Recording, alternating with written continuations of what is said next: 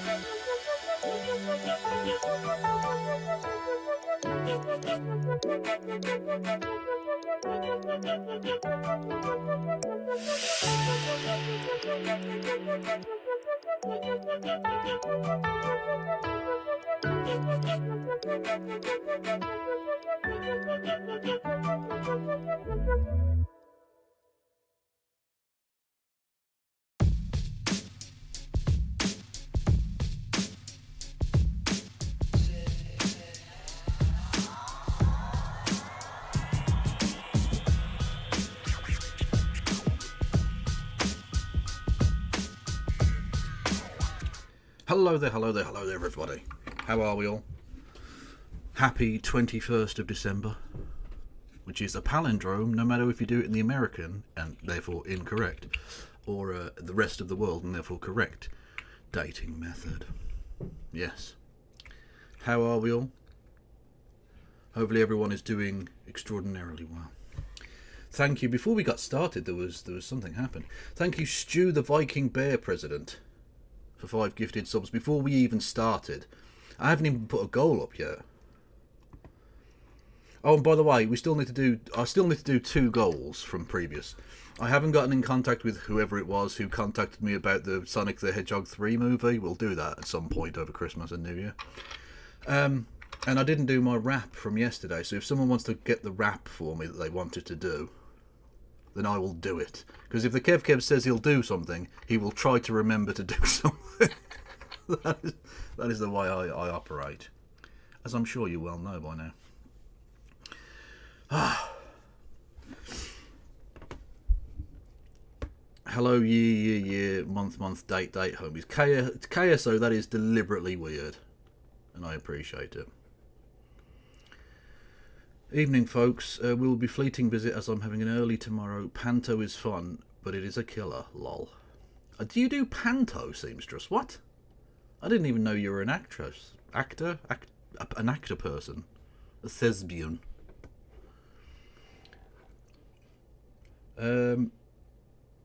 Like you definitely watch those before. No, he forgot about that. Use a nameless entity. He forgot about it, so I just don't bring it up. I hope he never remembers. Because I don't want to watch those. So how is the Muskocracy going? Well, not well, apparently. You sounded too much like Stephen Fry then. Oh, God. If I ever actually start to sound like Stephen Fry, please feel free to Luigi me. I will have deserved it. Not as much as Brian Thompson, but still. Yes, so...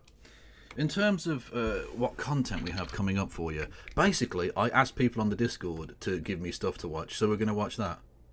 Okay, there's nothing complicated or, frankly, very interesting going on. So, by all means, click away if that's your prerogative. But yeah, that's basically what we're going to be doing. Is As Friends Rust in chat? Because I want to have a go at him.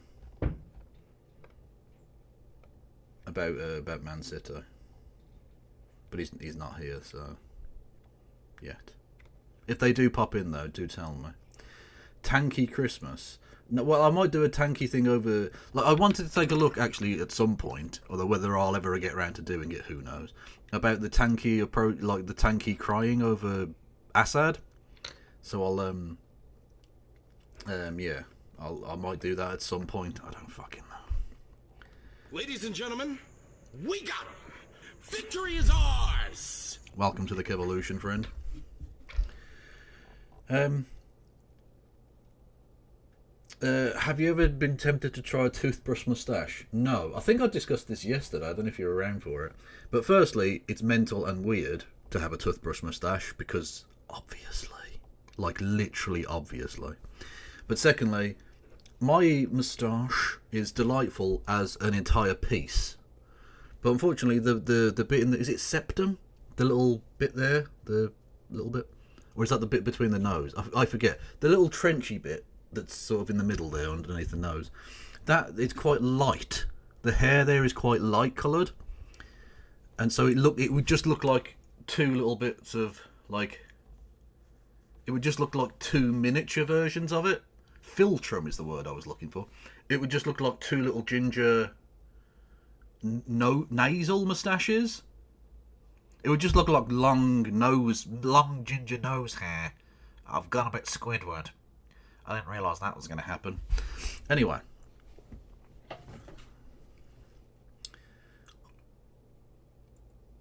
Philtrum? What? Hang on, is it septum? I don't fucking know. Anyway, you get the idea. There was a first-time chatterino. What did I say? Yo, Logan, do you like lobbying? No, it's legalized. What's the word I'm looking for? It's just corruption. It's just legalized corruption. I can't think of the fancy word I was thinking of, but it's just corruption. It's just literally allowing people to buy your democracy. So no, I'm not a fan of lobbying.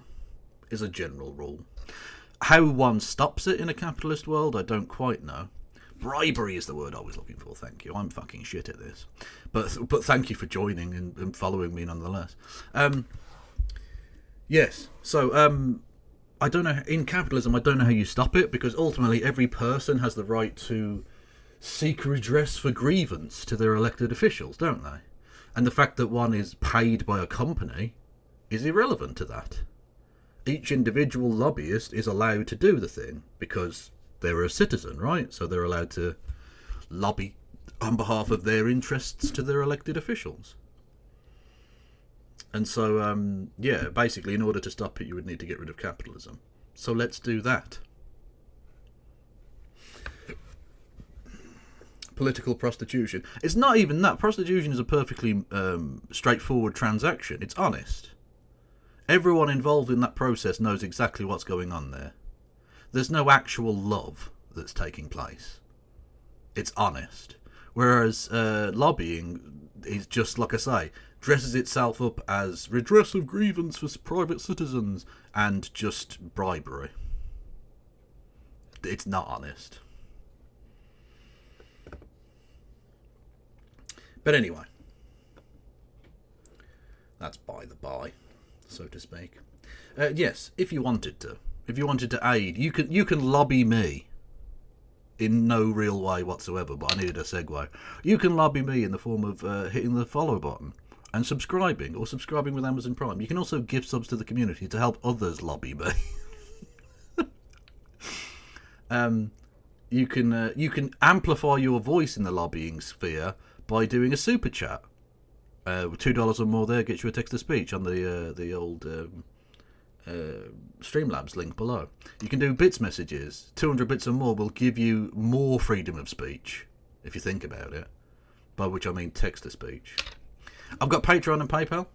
I've got what else have I got? I've got Discord, YouTube, Blue Sky, TikTok, Instagram, and Threads. These are all places where one can find the Kev. As a mod, can I lobby you to watch an Amazon executive squirm? What is this? Amazon executive squirms over workers' injuries at Select Committee. That is not watching a thing. There is no video there.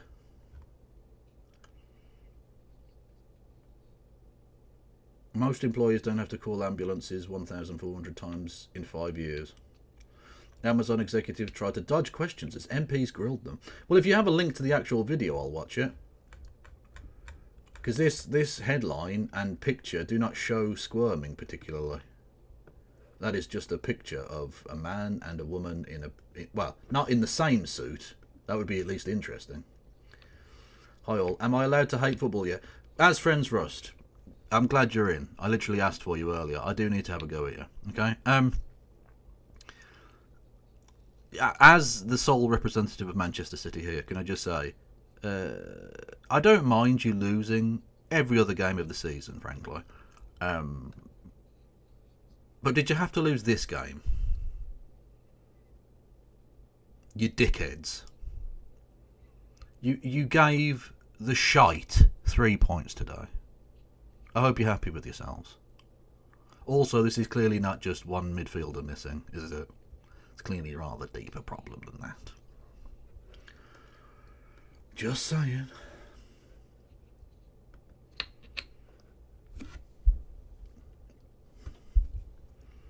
Oh, the Amazon thing. Let's have a look. Politics Joe is weird, isn't it?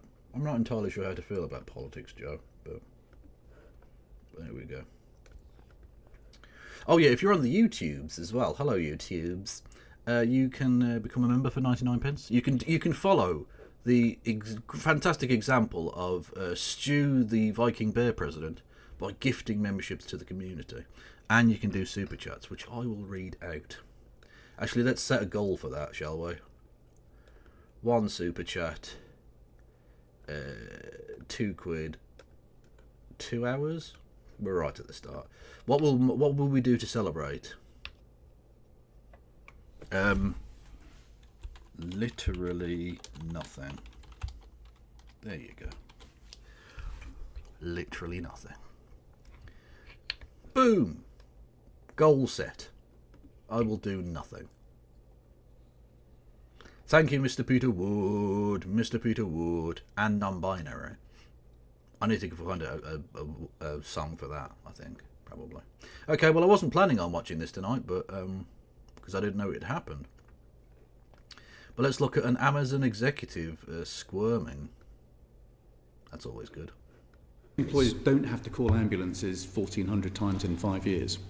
I want to point out that we employ 75,000 employees over 100 locations across the entirety of the UK. There's 50,000 people. Can I just say to Amazon, don't send a yank. Like, I don't care. It doesn't bother me either way particularly.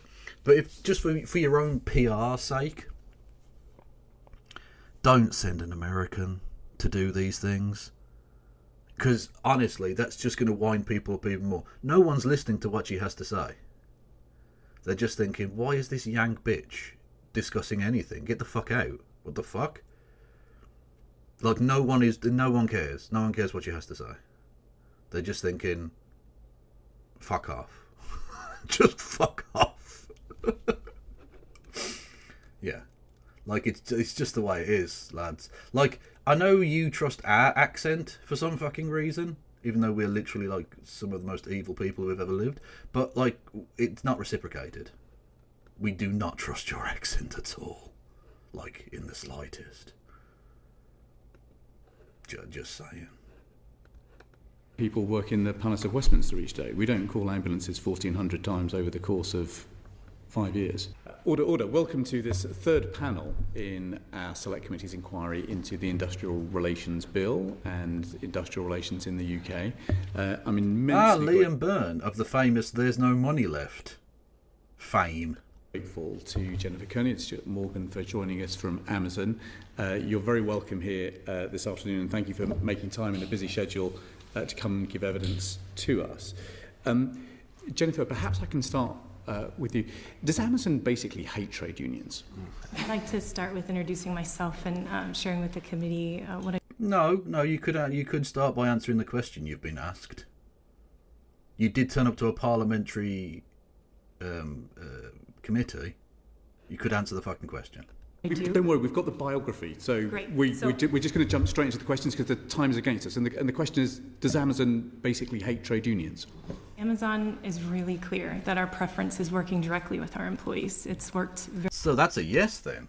That's just a direct yes. Fair enough. very well for us in the 25 years that we've been inside of the UK. Should our employees choose union recognition, union representation in any way, of course, we'll comply. Okay. Now, you'll be aware of a report that was published... I mean, you'll go to every extent not to comply, so that's incorrect as well. You just lied again.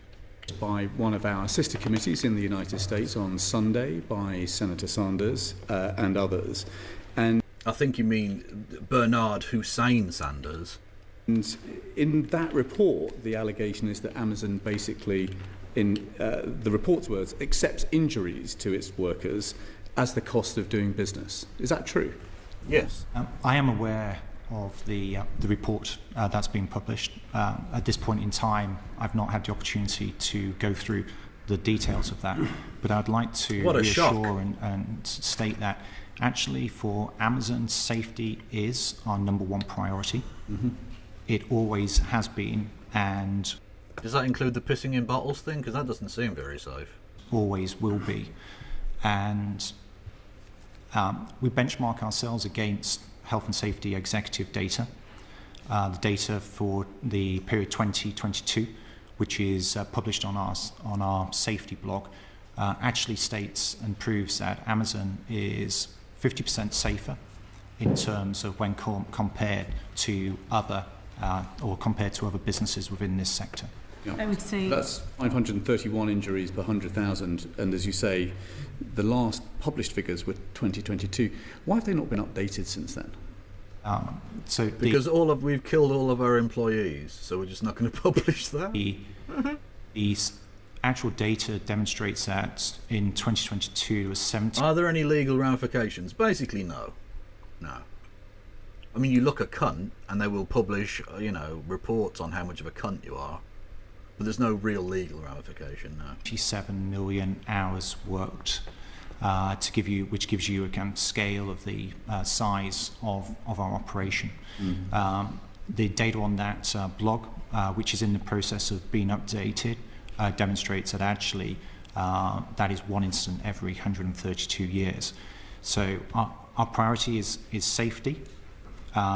And that has always been the case. The question was, will it be updated? The data that we've last got published is 2022. Are there plans to update that data? We're in the process of updating the data. We are confident that actually we are making improvements in our safety. So that is demonstrated by the fact that on an annual basis we complete over 350,000 inspections each year. We continue to invest in automation within our network, which is again improving our safety. We engage with our employees through safety committees And all of these are active ways in which we continue to improve. But we're not complacent in this. One single safety incident is too many, and we will continue to improve in this area. God, I despise these. How do you fucking sleep at night? Seriously, dude, how do you sleep at night? You know that's not true. You know your company factors in the fact that you're going to injure and kill so many people per year. And the financial payouts for compensation that come along with that. But that your bean counters have worked out that the acceptable number of people to kill each year is X. And so as long as you don't pass that, that's fine. You fucking ghoul. But you're planning to update that data and publish it when, do you think?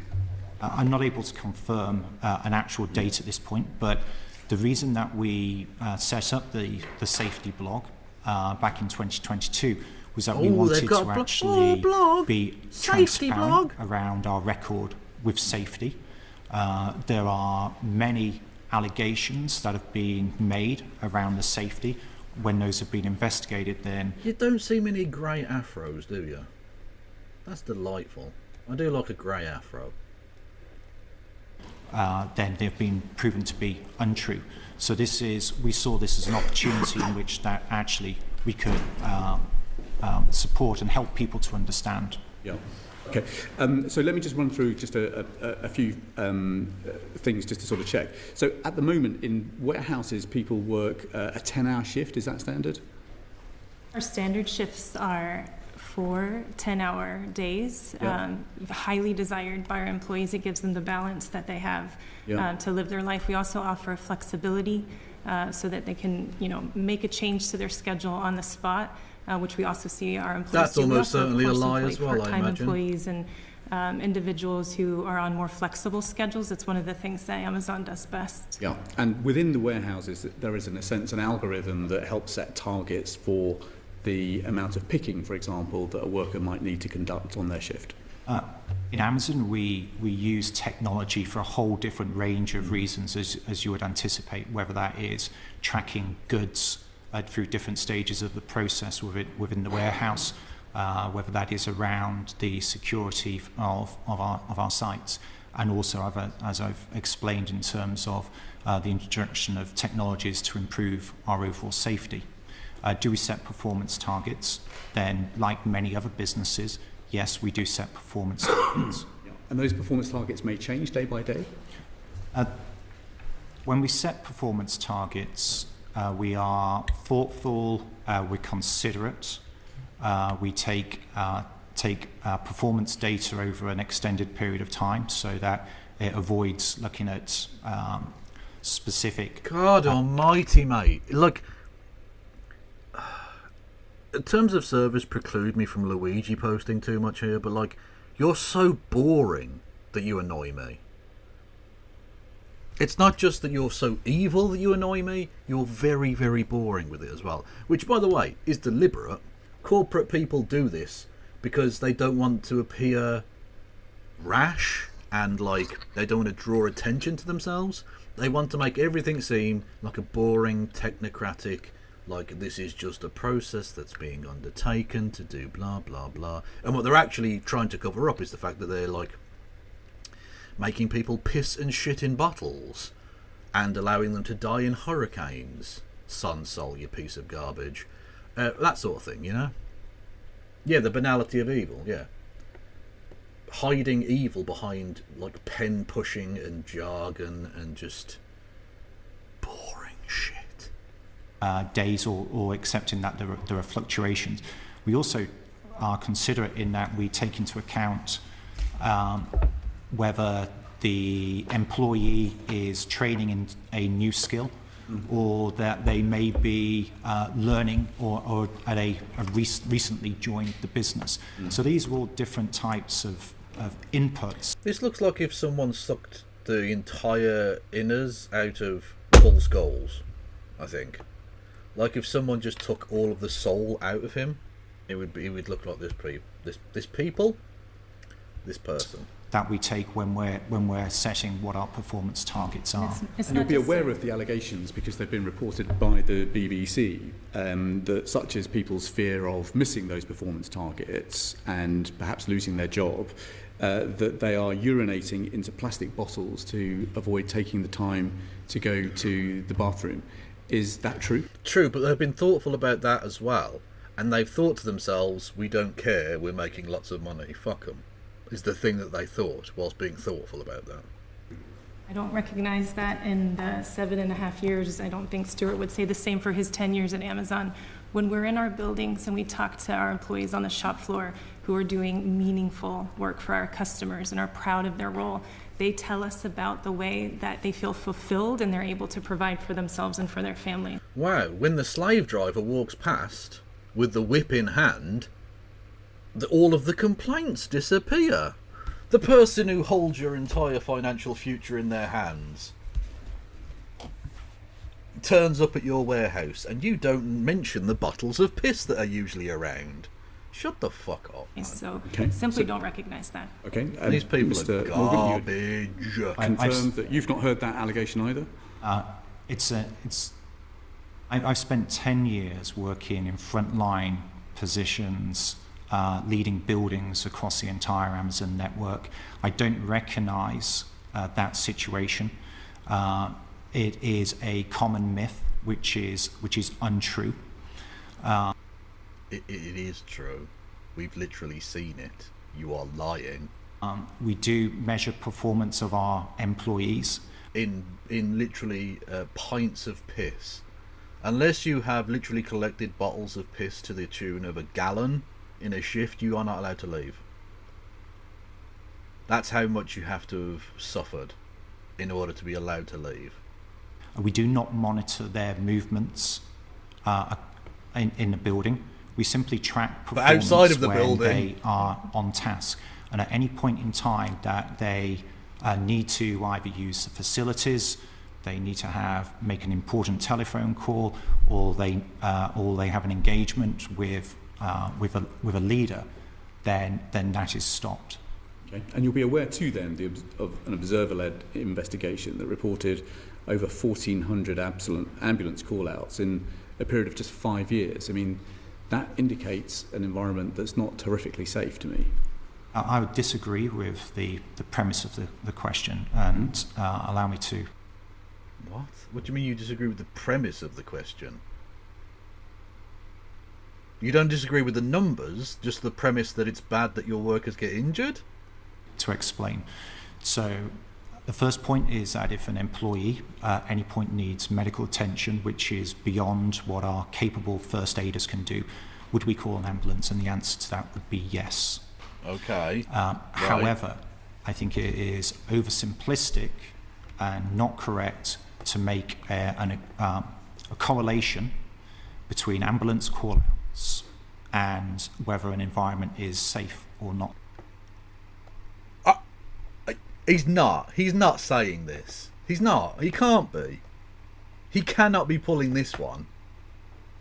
Sometimes we call out ambulances even though it's perfectly safe and nothing bad's happened, actually. Sometimes we just do it for the whim. What are you talking about? You fucking evil piece of shit. Yeah, okay, I will go back because I need this confirmed that he just said this. Right. And not correct to make a correlation between ambulance call-outs and whether an environment is safe or not safe. Apparently ambulances get called out. Ambulances get called out to places that are perfectly safe all the time. It's fine. Yeah. Totally normal. We're not guilty of industrialised slaughter and cutting off our employees' limbs regularly. No. No. This person would have run a Nazi death camp. I'm just going to put it out there now, right? I look, this person and his mentality was exactly that of the Nazi death camp administrator. Not the people necessarily doing the on-the-ground murdering. That's a different level of psychopathy. But or sociopathy, I suppose. This like pen pushing, like he would have been happy to sit there and draw up the lists of people that needed to be rounded up and thrown on the cattle trucks. He'd have been absolutely fine doing that. I've met these people in real life, and they do exist. They exist now as much as anything else, because they're just system cooks. As long as they're getting paid and they're doing okay, they don't care what the task is. The end product of that task or the negative repercussions don't matter, because it's not happening to them. They're happy to just do the pen pushing and the administration for industrialised slaughter. That's all they are. They're system cocks.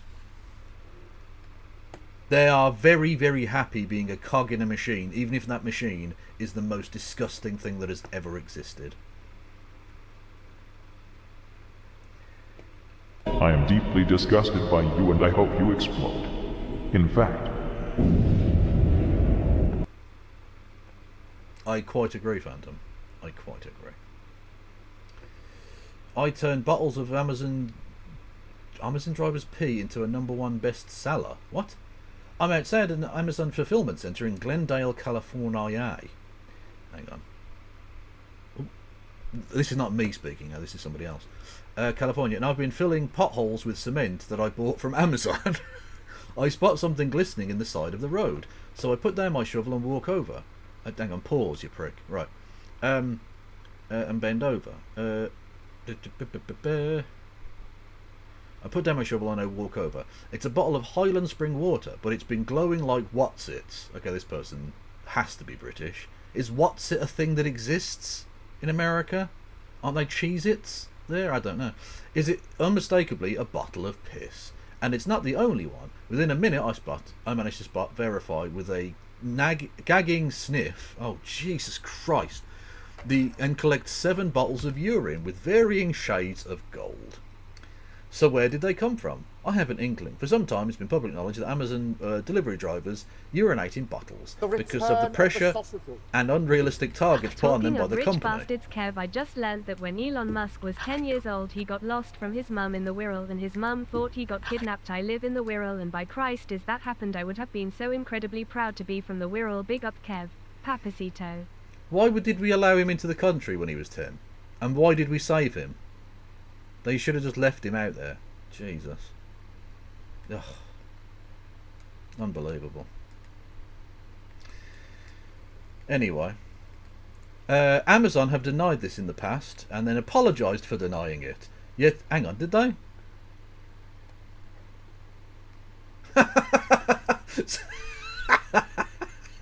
Hang on. So it's a myth, according to D-Sold Paul Scholes here. It's a myth that Amazon workers piss in bottles, but literally the company already apologised for wrongly denying it.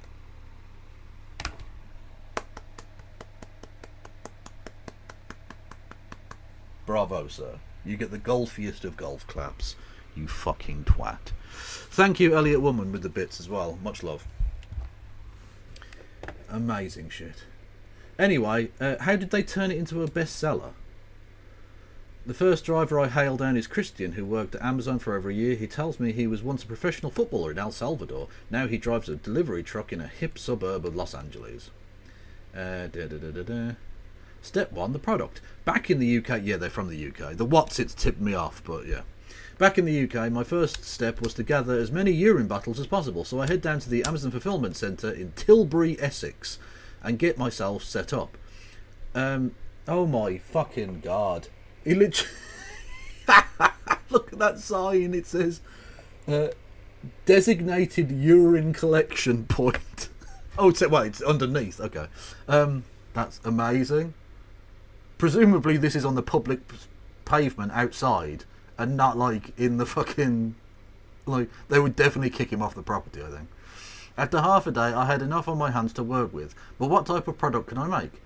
What's something people just can't resist today? Something that sells quickly and without much scrutiny. One thing I've noticed recently is a popular surge in pump and dump energy drinks backed by internet stars. Why not an energy drink? Oh no! Oh no!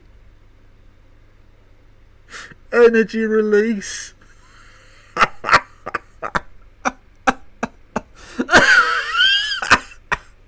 Jesus fucking Christ. Oh, this is amazing. Oh. So how can we clearly display the chemical made up of human urine? Oh. With our product in hand, it's time to list it on Amazon as a drink. But surely Amazon's algorithm is broken. Oh, I'm gonna fucking die. Oh. God damn it, I'm gonna end up with a fucking 6-pack, man. Oh. Surely Amazon's algorithm has protocols in place to stop random people from just listing things on there that aren't safe. With that in mind, I started by tentatively releasing energy drink in the refillable pump dispenser category. However, in the product description and photos, I don't hide that it is a drink, and one that's made from urine. Quite quickly, we're live, and then something happens that I don't expect. Amazon's algorithm automatically moves the product into the energy drinks category, bypassing the entire platform's protections around food and drink licensing. Oh no. Oh.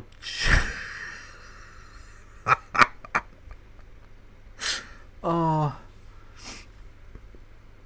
Oh my God. Oh, that's amazing. It had happened. Number one. Take that, Schweppes. You're done. Release energy drink is number one. It literally did. It overtook all of these big fucking products. Amazon is the biggest marketplace in the world. It's fast, convenient and frictionless. Buy a rocket lamp now and it will arrive at your door with like magic within a day. But it's also the Wild West, a dangerously powerful platform that is oblivious and ignorant of its own inner workings. I set out to discover if Amazon Marketplace was blind and insecure enough to let me list bottles of its own driver's piss as an energy drink. I couldn't have predicted how easy it would be. Allegedly.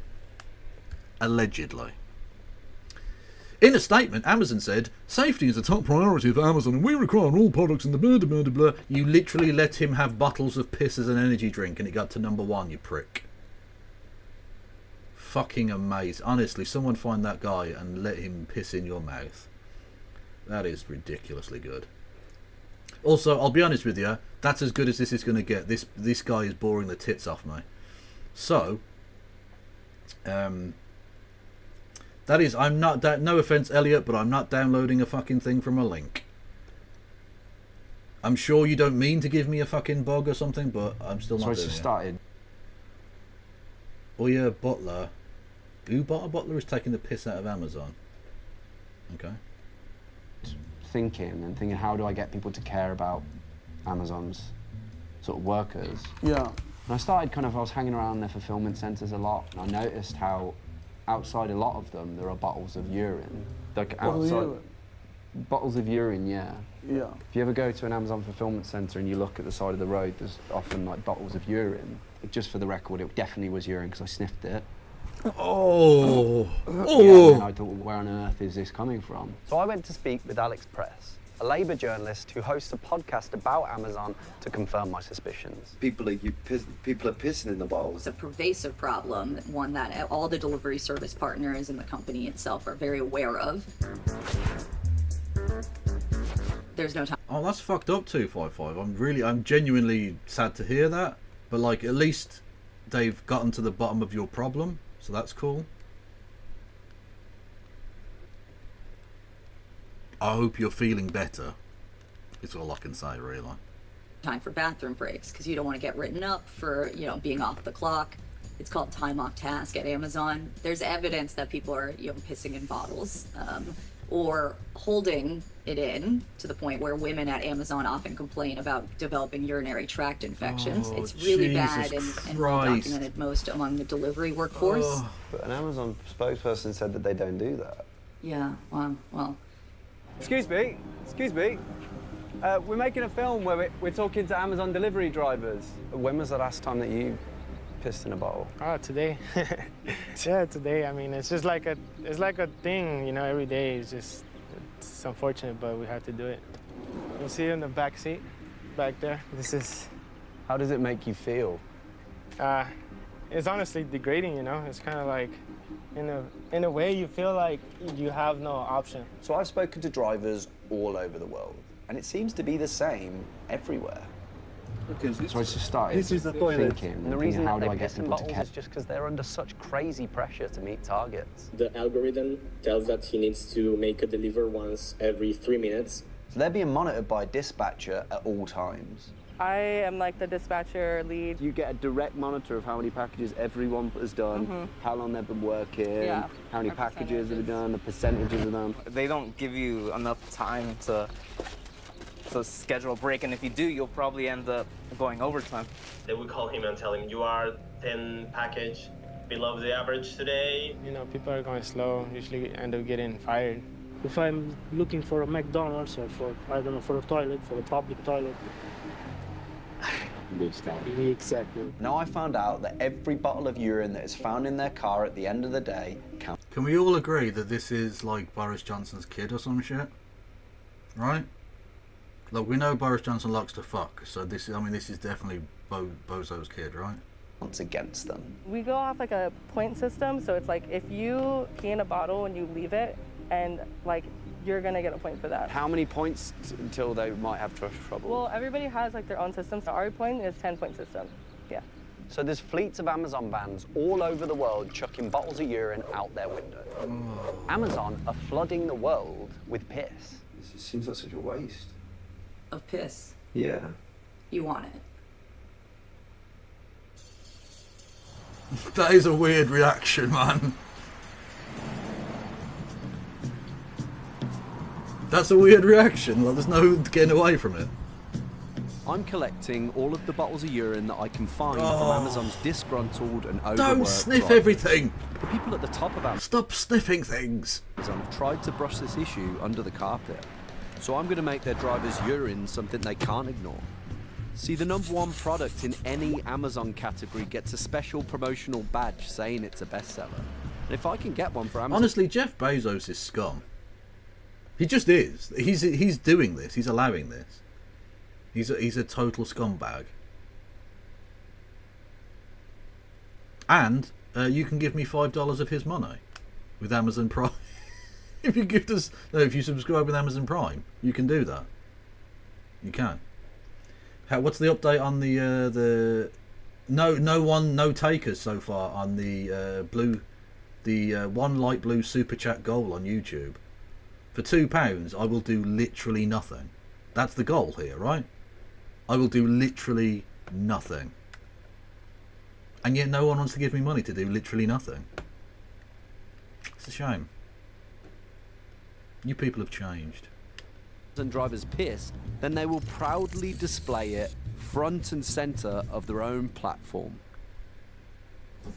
We want to make a drink out of the driver's urine.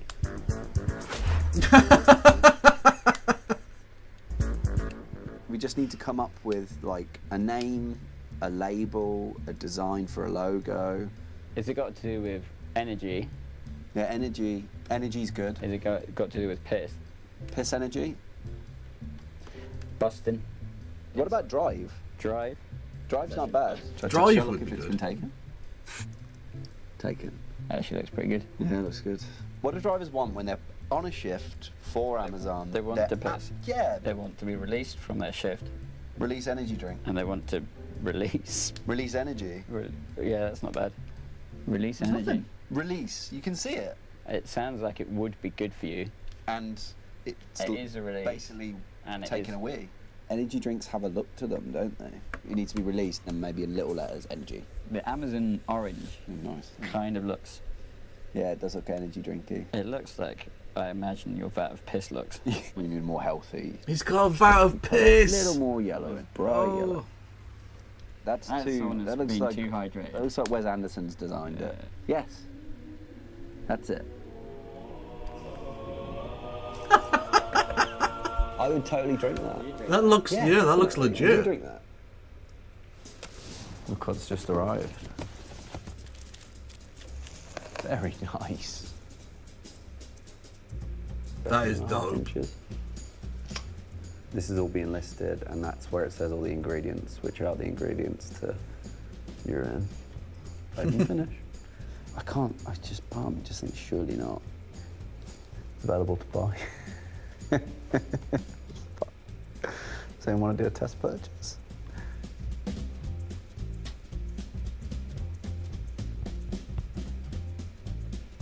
Okay, well that's the thing anyway. You get the idea. Yes. So, fun times, man. Fun times at the Amazon depots. Or depots? I don't know how to pronounce these things. Jose released a video, which I definitely want to take a look at. Hey everyone. Shut the fuck up. Until I put you on screen, Jose. Or Jose? I don't know how to pronounce it. It's different. It's different. Anyway, the noise of Piers Morgan Uncensored. Let's go. One of the most popular political commentary channels of 2024 on YouTube was Piers Morgan Uncensored. Although that title might make you think it's the most disturbing OnlyFans page on the planet, it's actually a show that is ostensibly about interesting Put the fries in the bag, mate. Put the fries in the bag and skibbity toilet's rubbish. At the time of me writing this, I can take all these personal insults, but when you start running down the good name of Skibbity Toilet, that's when me or you are going to fall out, mate. You're definitely going to have a Skibbity wrist thrashing. You're on the list.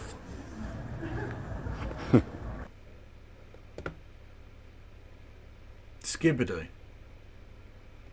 You sent me a Skibbity thing, thank you.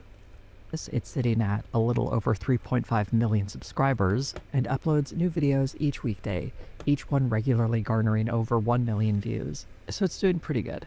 And I wanted to take a look at what this channel was like.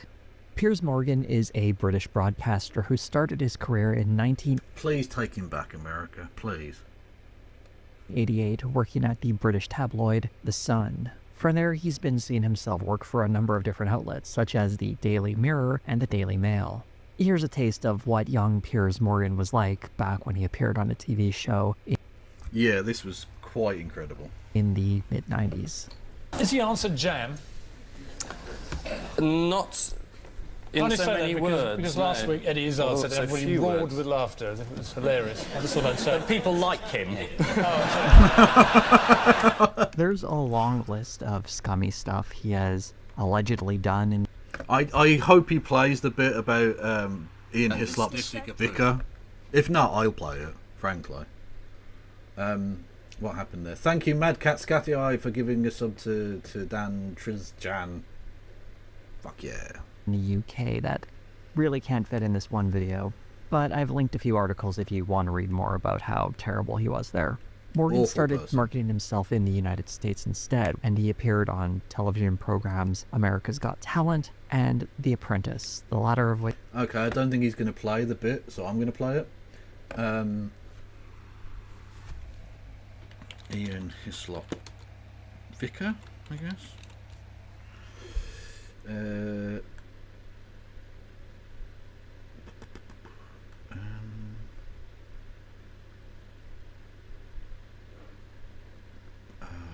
Okay, Vicar Piers Morgan. Piers Morgan.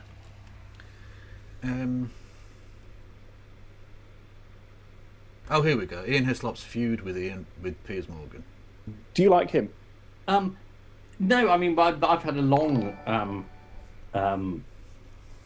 feud with Piers. I mean, mostly because it went back to the Eye and coverage of the share dealing when he was... When he says the Eye, he means Private Eye, which is a...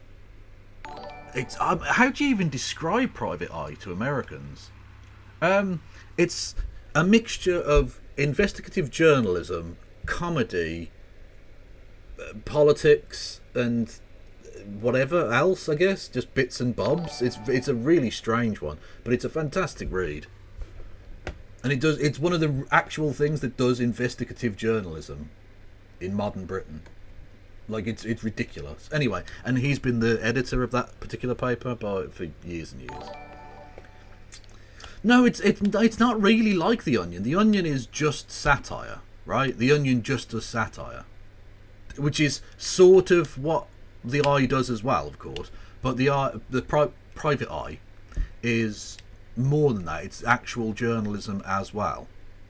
Because like you get the Dr. B. Ching bit in it, which is basically undercover people within inside the railway industry reporting as pseudonymously under Dr. B. Ching, which is a play on a thing. Anyway, it doesn't matter.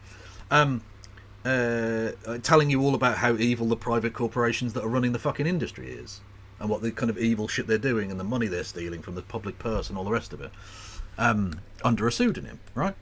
You don't get that in The Onion. That's not a thing that, like, that's proper investigative, like, whistleblowing journalism, which The Onion doesn't do. So there's lots of different stuff in there. The Onion, but it's like Brass Eye. Kind of, yeah, kind of. Although again, Americans won't necessarily know what Brass Eye is. Although I suppose if you're an American watching me, you probably know.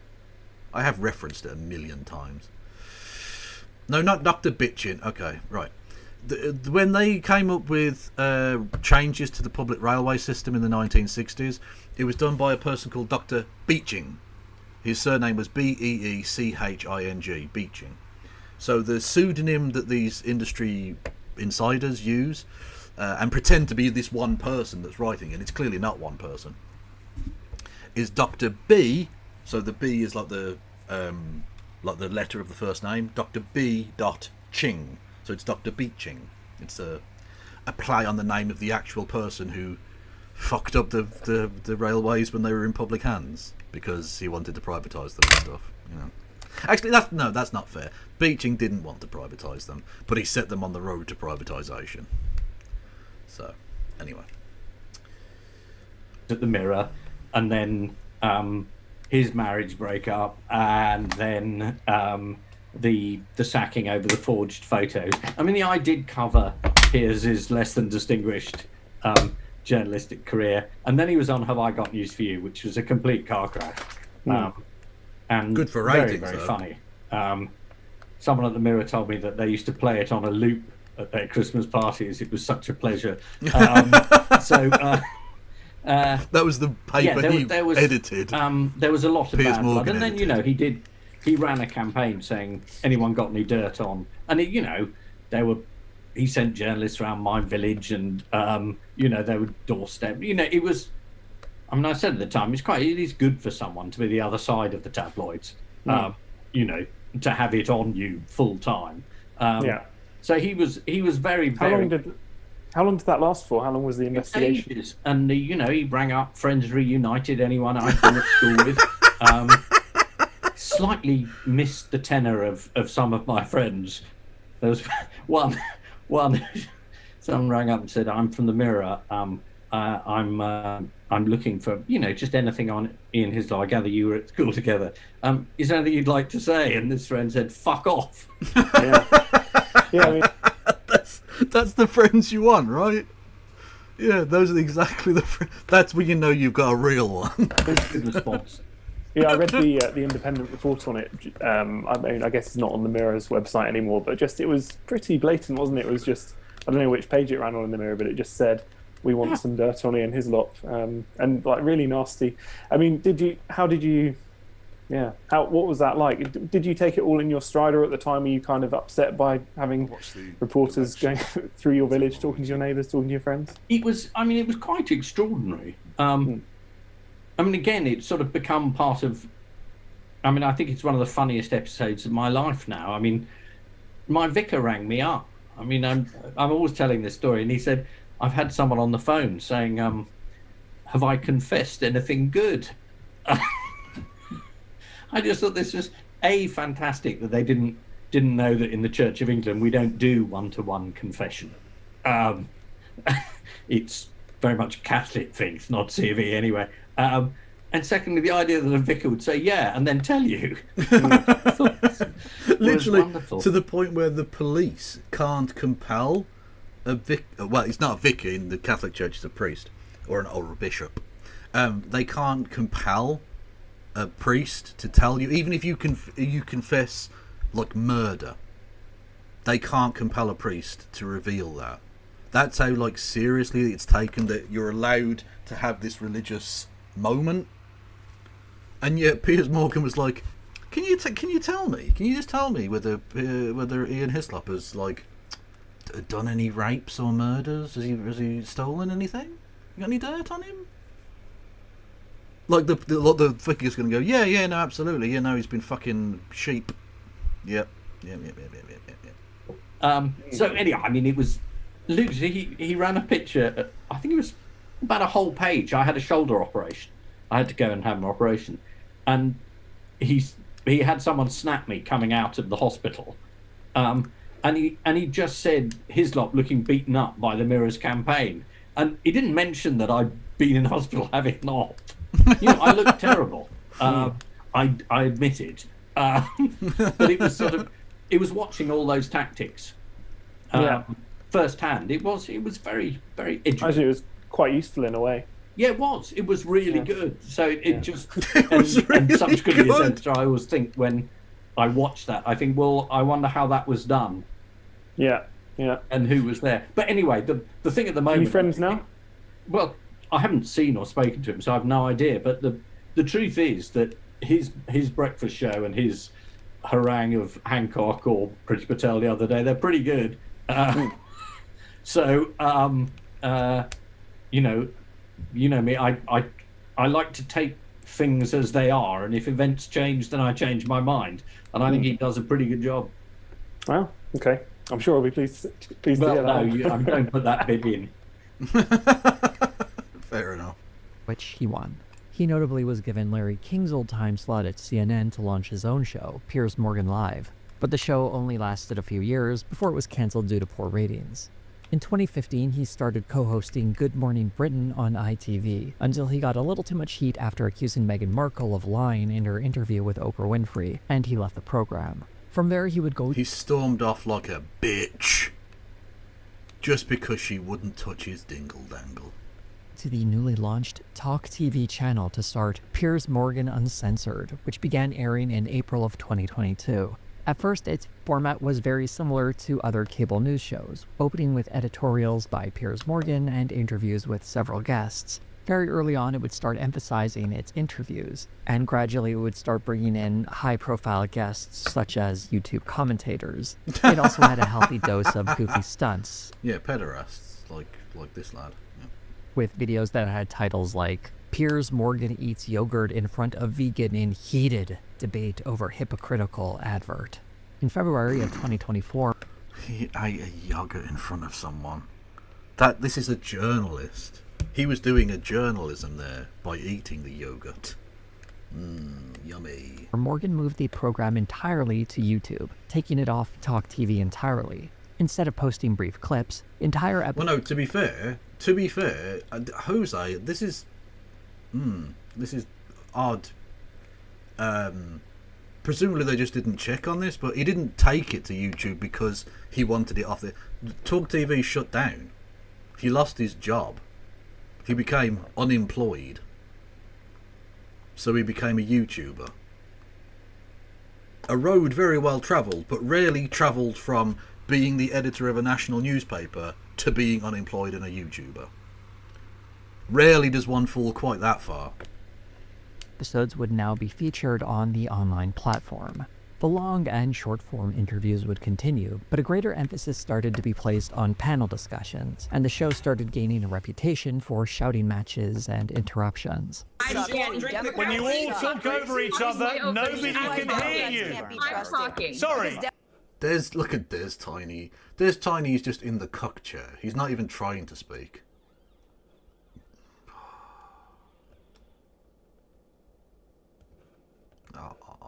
Can I just please have a moment of quiet? I'm mostly focusing on what was uploaded on this channel in November of 2024, because those are the most recent videos that are available, and I thought it would be a fair way of looking at what this channel is like in the current moment. The first thing you'll see after clicking on any of these videos is a teaser of the spiciest moments of the program. The whiny liberal woman turned away so many would-be Democrat voters. That's me playing the world's smallest violin for all these crying Democrats. You deserve a tall glass of shut up juice. I don't think Sarah McBride is looking to shower next to Nancy Mason. If I found you lurking next to me in a men's restroom, I'd feel fearful. Some of that doesn't really seem like thoughtful debate. Anyone familiar with YouTube will probably recognize this technique though. It's usually done on channels where streams are cut up into clips, letting people know that there will be some good stuff coming later in the video, even if the videos start off with something really boring. Each video begins with a monologue from Piers about the video's first topic. Usually it's not very long, and he throws to some clips before introducing his guests, and it's here where the show really starts to kick into gear. Cable news shows typically have a mix of... Will Piers be making much from his YouTube channel? A bit, I think, probably, yeah. Journalists... Like, nowhere near what he would have been as, like, the editor of a fucking newspaper or on CNN or whatever, but... Politicians, academics, and other high-profile public figures. Piers Morgan show does that as well, though it also includes... Oh, and pederasts like Alan Dershowitz. Oh, talking of pederasts, did you see that Peter Mandelson's going to be the new ambassador to America? That's Peter Mandelson there, who's going to be nominated. He was a former member of... well, actually, I think he's still a member of the Labour Party, isn't he? He's 71 years old, so hopefully he's going to die soon. Fingers crossed. Yeah, anyway, he was fired from the government 3 times, under both Tony Blair and I think latterly under Gordon Brown, for his many and varied financial corruptions, and was, of course, big friends with one Jeffrey Epstein for a number of years. There he is. There's the soon-to-be UK and of course he's a member of the House of Lords. Yeah, there's the soon-to-be ambassador to the United States with the now late Jeffrey Epstein. Okay, it's interesting. That's interesting, do you not think? I think that's interesting.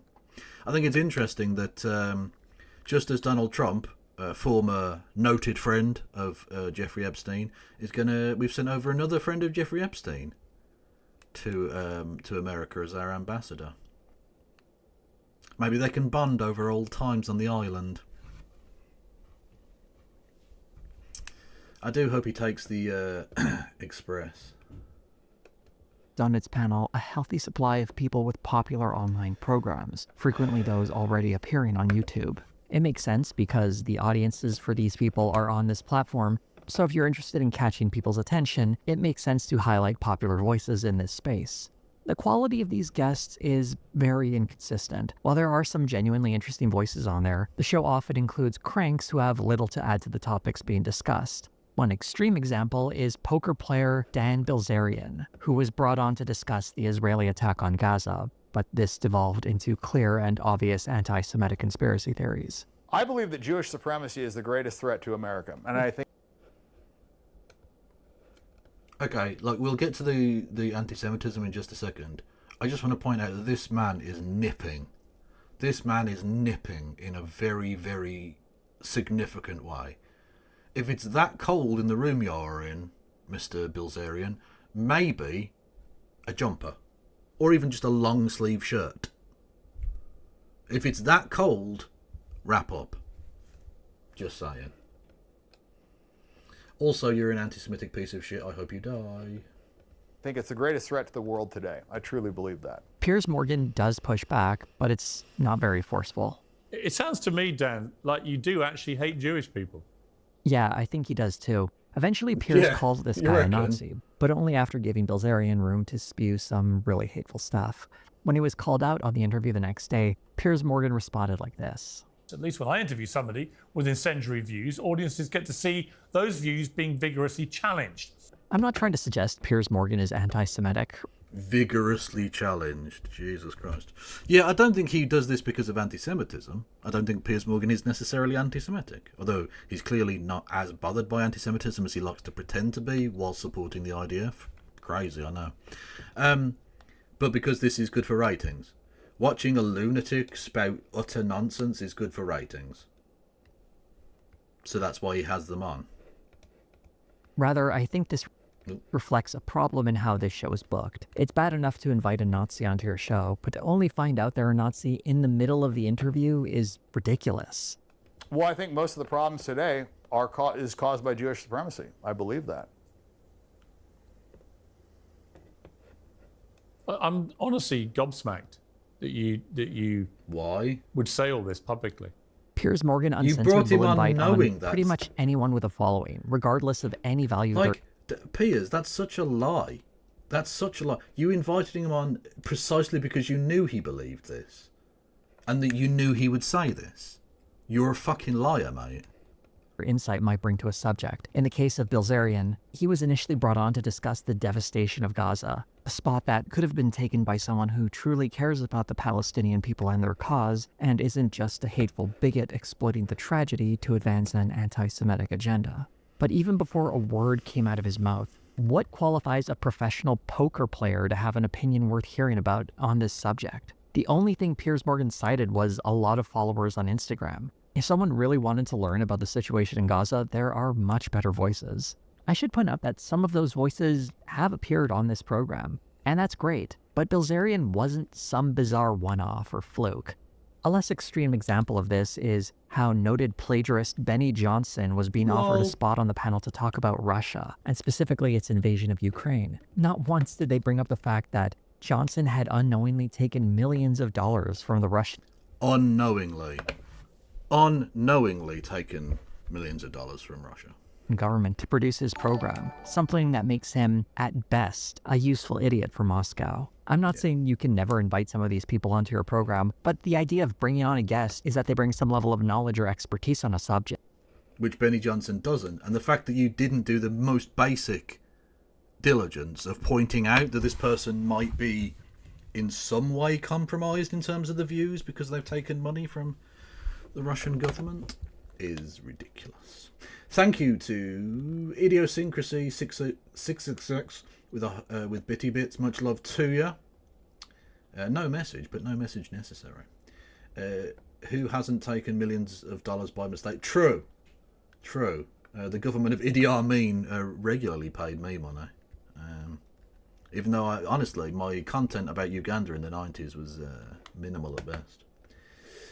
Thank you to Super Chat 808, who has fulfilled the fucking goal thing, for which I will now follow through with my pledge, and I will do nothing.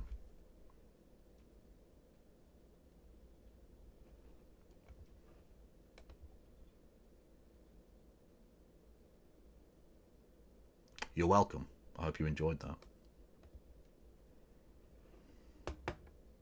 And they say, they popped the 78-year-old JSO Saint back in the slammer for Xmas because she was below the average car driver's BMI to dangle a tag justice. Right, I know the story you're talking about, but to dangle a tag justice, I don't get that final part of the sentence. Yeah, 78-year-old just up oil person was put back in jail this week. Or should I say this week? Today. Because I saw Carla Denyer talking about this. And Carla Denyer just happens to be that person's MP. They live in her area. In Bristol, therefore. Yeah. Fucking crazy. They're sending a pensioner back to prison for Christmas.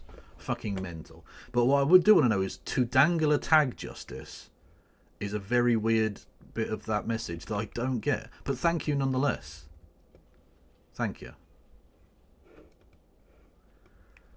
And if you wanted to interview Benny Johnson on a subject he knows something about, maybe ask him how he was able to plagiarize over 40 different articles at BuzzFeed before they found out and fired him. Many of these guests, particularly those on the right, aren't really there to argue anything they've seriously considered. Oh, that's a point. Shit, I forgot to do this at the top of the show. So no one's going to get this far. So basically, unless you're watching this live, it doesn't matter. Does anyone want to be on the show Monday? Now, I'm not going to interview anyone necessarily or anything like that. Christy and I wanted to do something a bit fun just before Christmas, so we're going to play Gartic Phone on Monday, which for those who don't know is a fun drawing game. It sounds a bit boring, but it's actually a lot of fun. We did it for the charity thing and it was fucking awesome. Anyway, but we need like people to play, and whilst I can invite a few other people, yeah. Okay, Lord Fruitus wants to do it. Fair enough. You can be on the stream. Lord Fruitus, Mad Cat Scotty wants to do it. Faye Goat wants to do it. Yeah, okay, Lord Fruitus, we get it. Yes. Shut the fuck up. What I'll do then is I'll set up a group chat thing for us, and after the stream at some point. And I will invite people who want to be on to do that. I'm working from home one day. Well, you can join if you want to then, I guess. Hello, okay, Big Zebra. But you're still not the real Rory Cat, so sure. Anyway, yeah, so we need people to come on and draw. You can talk if you want to, but you don't have to, I guess. Christy and I will do a lot of the talking and laughing, I imagine. But if you want to talk, you can. Anyway, so yeah, that will be a thing. Should be fun. I don't know. Yeah, everyone go and follow Mad Cat Scotty. The link is there in the chat. Her ankle was too narrow to fit a tag, so she had to go back to jail because they couldn't be bothered to source one that fitted. So no threat to anyone. Yeah, exactly. And this is the point with the January the 6th. You can't. With the Just Stop Oil person, right? They're releasing violent criminals early because there's no space in jail, but they found space in jail for a Just Stop Oil 78-year-old who is a threat to literally nobody. This person wants to, and frankly is capable of, hurting nobody. They don't want to hurt anyone. They're not realistically capable of hurting anyone. And yet they're going to send them to jail whilst allowing rapists out. Because there's no space in the prisons, guys, honest. Shut the fuck up. Call it a justice system. What a fucking joke. But rather they're there to toe a certain line and advance a well-established agenda. In the video titled, "Wicked is the Ninth Circle of Hell, Liberals Triggered," plus bizarre woke Jaguar ad, YouTube creator Rhetoric is brought into a surprisingly thoughtful conversation about Ed Sheeran, who said he didn't want to be part of the 40th anniversary edition of the Live Aid charity classic, Do They Know It's Christmas? Sheeran felt that the imagery used by the song perpetuates a negative image of African people. Although the subject isn't terribly important, the panel was surprisingly thoughtful when it comes to how an entire continent is understood in popular culture and the importance of not stereotyping it as a place of perpetual poverty. In the midst of this act of kindness trying to solve a short-term crisis, we've created another crisis, which is the identity crisis, where, for me, growing up in the UK, these kind of images really affected me to the point where I disconnected with being African. I was not proud of being African. Nerdrotic's contribution is an outlier, though, and it's less than stellar. I think there's a reasonable conclusion we could come here. We could talk about the region, maybe, and not, because there's shithole countries. Definitely. It's not exclusive to Africa. There's shithole countries around the entire world. The more obvious compromise would be to... Wow, thanks, Nerdrotic. That was fantastic. Thank you for your incredible fucking contribution to the discussion there. Is there any reason, perhaps, whilst these countries are in an economically poorer state? And is the richness of your nation, and indeed mine, part of that reason? Listen to the people from Africa and how they would like their respective communities to be portrayed. But as obnoxious as this guy is, I don't really blame him for having such a poor response. Of course he would fumble and bumble about this issue. In that very video, he said he was primarily concerned with Star Wars and Marvel movies being attacked by whatever he thinks wokeness is supposed to mean. I'd be amazed if this was an issue he even thought about before he found out it was a topic that very day. But he does have a channel with over 1 million subscribers. To be fair, they're not... who said this? Maranaka. Yeah, to be fair, they're not... Ed Sheeran isn't dipping out of this because the charity aspect of it, it's to do with the negative portrayals of Africa within the lyrics. So for those who don't know, the UK version, which was the actual original sort of pioneer of this thing, of, you know how in America you had We Are the World, right? You had all of those largely American music artists in the 1980s sing a song for charity for Africa and blah blah blah. Well, that was sparked by this thing Live 8, right? And the single for Live 8 was Do They Know It's Christmas Time? The lyrics for which are bad, actually. I'll just get them up. I hadn't planned on doing this.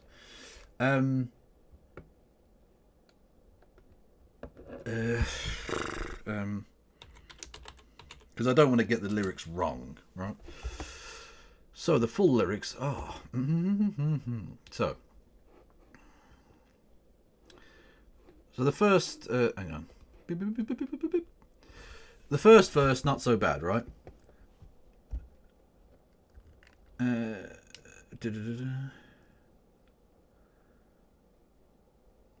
The Christmas bells that ring there are the clanging chimes of doom, which is weird. Anyway, where's the "and there won't be snow in Africa" bit?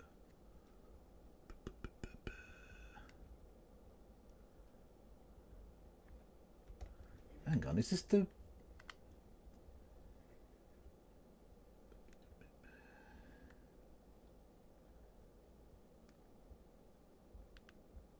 I can't see the actual lines. Bring a song of hope they'll... This isn't the right fucking word. These aren't the right words, are they?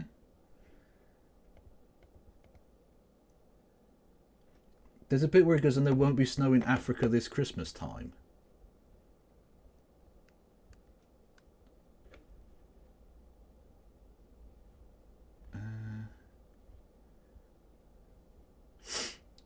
Oh, there we go. Here we go. So, Boy George and others. And there won't be snow in Africa this Christmas time. The greatest gift they'll get this year is life. So, for a start off, there is snow in Africa.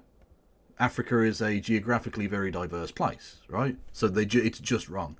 Where nothing ever grows, no rain or river flows. There's literally fucking rainforests in Africa. Now, they were strictly speaking about... oh, fuck's sake. About the Ethiopian famine, right? Where rain and rivers didn't happen. But there, I mean, literally, sub-Saharan Africa is replete with fucking rainforests. Like, it doesn't make sense. There's also the... Where is it? And tonight, thank God, it's them instead of you bit, which is just gross. Yeah, here. So, the clanging chimes of doom. And then Bono clicks up with... Well, tonight, thank God it's them instead of you. What the fuck is that as a lyric?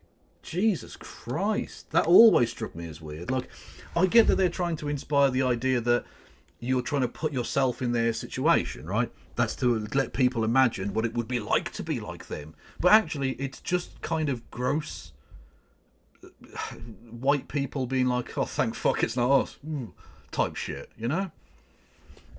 So that's why Ed Sheeran, and actually a number of people, don't want to be involved in that project this year, because the cultural sensitivities have certainly extended rather since 1984 or whenever the fuck this thing was released. So yeah, that was that's what that's about. It's pretty gross. Check my link. Oh, for fuck's sake, Phantom of Black. What link? Netanyahu won't attend Auschwitz Liberation Anniversary event, fearing arrest in Poland. Says it all. Yeah. Well, he should fear arrest. He's a fucking war criminal.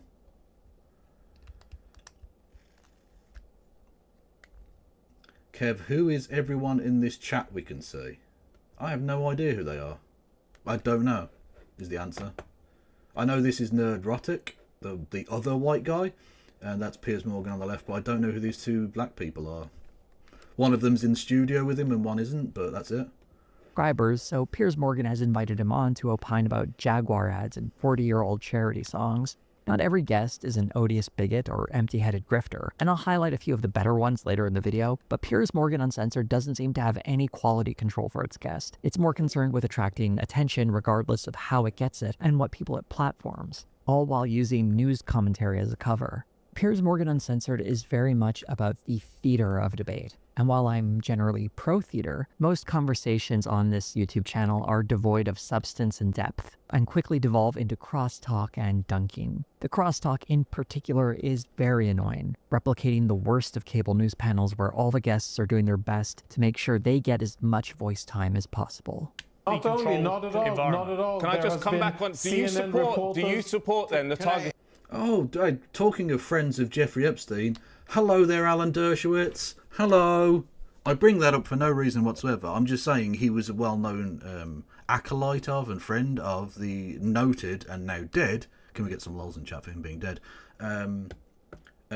Jeffrey Epstein. He was just good friends with Jeffrey Epstein for many years. I bring that up apropos of nothing else. Just... Just telling you about this man's past, you know?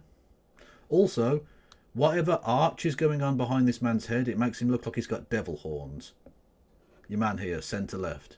He looks like he's got devil horns because of the thing behind him. That is amusing to me. Assassination of 188. I'll tell you. Well, how do they afford to? They don't have one penny of accountability. I'll come to you. Not one penny of accountability. Like FARA violations. You're telling me the FARA violation, him illegally accepting foreign money, of him taking bribes and having money go, that the statute of limitations is what, 2 Don't years? talk over each other, please. In the midst of all this noise, To be we fair, they sometimes weren't talking over each other, they were shouting over each other. get the main attraction in these debates, the dunks. For those who don't know what a dunk is, it's when someone uses rhetoric to make someone else look silly in a conversation. But I'm not going to stand for brother, you got it wrong. You were preposterously and stupidly wrong. So, okay, all right. Can I just finish a goddamn thought? That Donald Trump will be able to go in and replace career civil servants. Oh, they do the keys. Show him the keys thing. That is funny. Do I have keys here? No, my keys are downstairs. Fuck. He shakes his keys in front of him. He's like, oh, shiny. To be fair, like, Cenk Uygur's a piece of shit and has done his rightward griftoid thing now, but, like, he's still capable of being funny from time to time. With political appointees. Okay. You sound like a sore loser, Brian.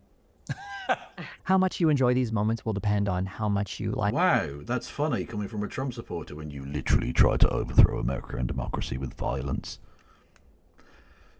Not sore losing, apparently.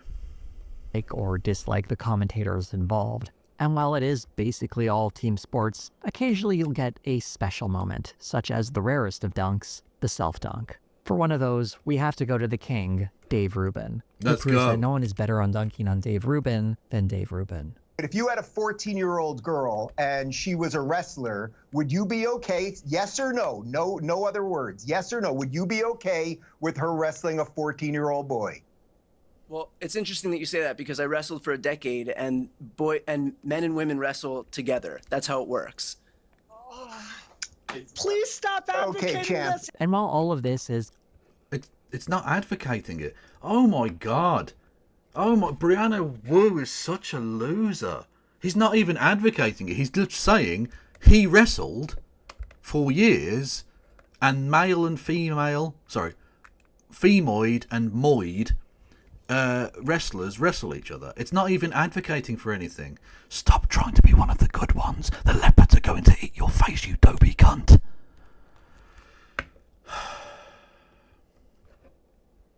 So, back in the day, jingle, jingle, jingle, back in the day, before the back rooms were a thing, okay? Jingle, jingle, pay attention, I said your favorite word, the back rooms, okay? The back rooms, dingle, dangle, dingle, dangle. Okay, before that was a thing, the concept of a place with endless impossible, dingle, dangle, dingle, dingle, jingle, jangle, it's okay, look at the shiny. Before the back rooms were the thing, the impossible geometry of endless landscapes was all what SCP was about. Okay, that's what it was about. You know, jingle, jingle. I don't know the point he's making. Whatever. It's good fun to watch. What exactly is the point of it? Sure, it shows Dave Rubin to be an empty vessel of a man, but Rubin has been proving that on his YouTube channel for years. This panel in particular is a collection of clippable moments that punctuate an otherwise pointless conversation, right down to the title of the video. You're such a smug prick. Dave Rubin versus David Pakman, and more, which references a moment where David Pakman called out Dave Rubin for taking money from Russia. When Dave Rubin talks about well-funded this or that, his Russian money source just dried up, and he's the last person who should be talking about funding sources. These moments are why this... Fuck yeah. This channel is so popular. The titles, thumbnails, and little sizzle reel that opens up each video highlight them because that's what everyone is here to see. This is ostensibly designed to attract people to more substantive debates, letting them know you're going to see some really funny, messed up stuff happen, but if you stick around, a richer conversation will also be happening. Except that never happens. On the rare case a serious or substantive discussion starts, it often is stopped right in its tracks by one of the panel members interrupting someone, or everything coming to a screeching halt when someone lands a dunk. All any of this noise really does is let people cheer for their respective sides. This has long been a problem of these political debates online, as audiences have been trained to listen for these clippable moments, and participants have followed in suit. Piers Morgan Uncensored isn't unique in that sense, but it is an example of how this internet culture of messy debates has been given this sleek corporate sheen to recreate the noise of that space. In a way, it reflects how the YouTube space changes the creation of some online weirdos and twists it into this corporatized version that's designed to maximize profits by getting high-profile guests to roll in the mud, because there's big money to be made in this. Fuck me, Geraldo Rivera. Hello there, Mr. Moustache. Kind of spectacle. Something inescapable from these conversations is that they're invariably positioned to favor one side of I wish I was that bottle. You are weird, Fago. We need to discuss that later. Political spectrum, and that's very clearly the right. While this often comes from the guests who are included in the panel, hey, it's Fuckhole McGee and his one eye. Lol. Much of it also comes from the topics that are chosen and how they're presented. Here's how Piers Morgan introduces a discussion on the recent cabinet picks for the incoming Trump administration. Trump is doing exactly what he said he'd do if he got elected. I'm RFK Jr. And he just won the presidency in an emphatic clean sweep. If that's not a mandate, wasn't that emphatic, but okay. Mandate for him to now do what he said he'd do, then what is? And the first guest Piers Morgan goes to is comedian Vincent O'Shana, who rattles off some scattered thoughts while building to the whole point of this ramble. And you know what this is, Piers? This right here, can you guys see that on the camera? That's me playing the world's smallest violin for all these crying Democrats. It's sad that, even with notes... Wow. So they really want to govern on behalf of all Americans. I love it. They'll do shit like this and then be like, how dare you be rude about Donald Trump in any way whatsoever? His supporters are Americans. Shut the fuck up. Did you see her trying to beg J.K. Rowling to accept her onto it? I did. I don't know if I have that saved. I don't know if I have that bookmarked. It's possible I do. Where's the bookmarks?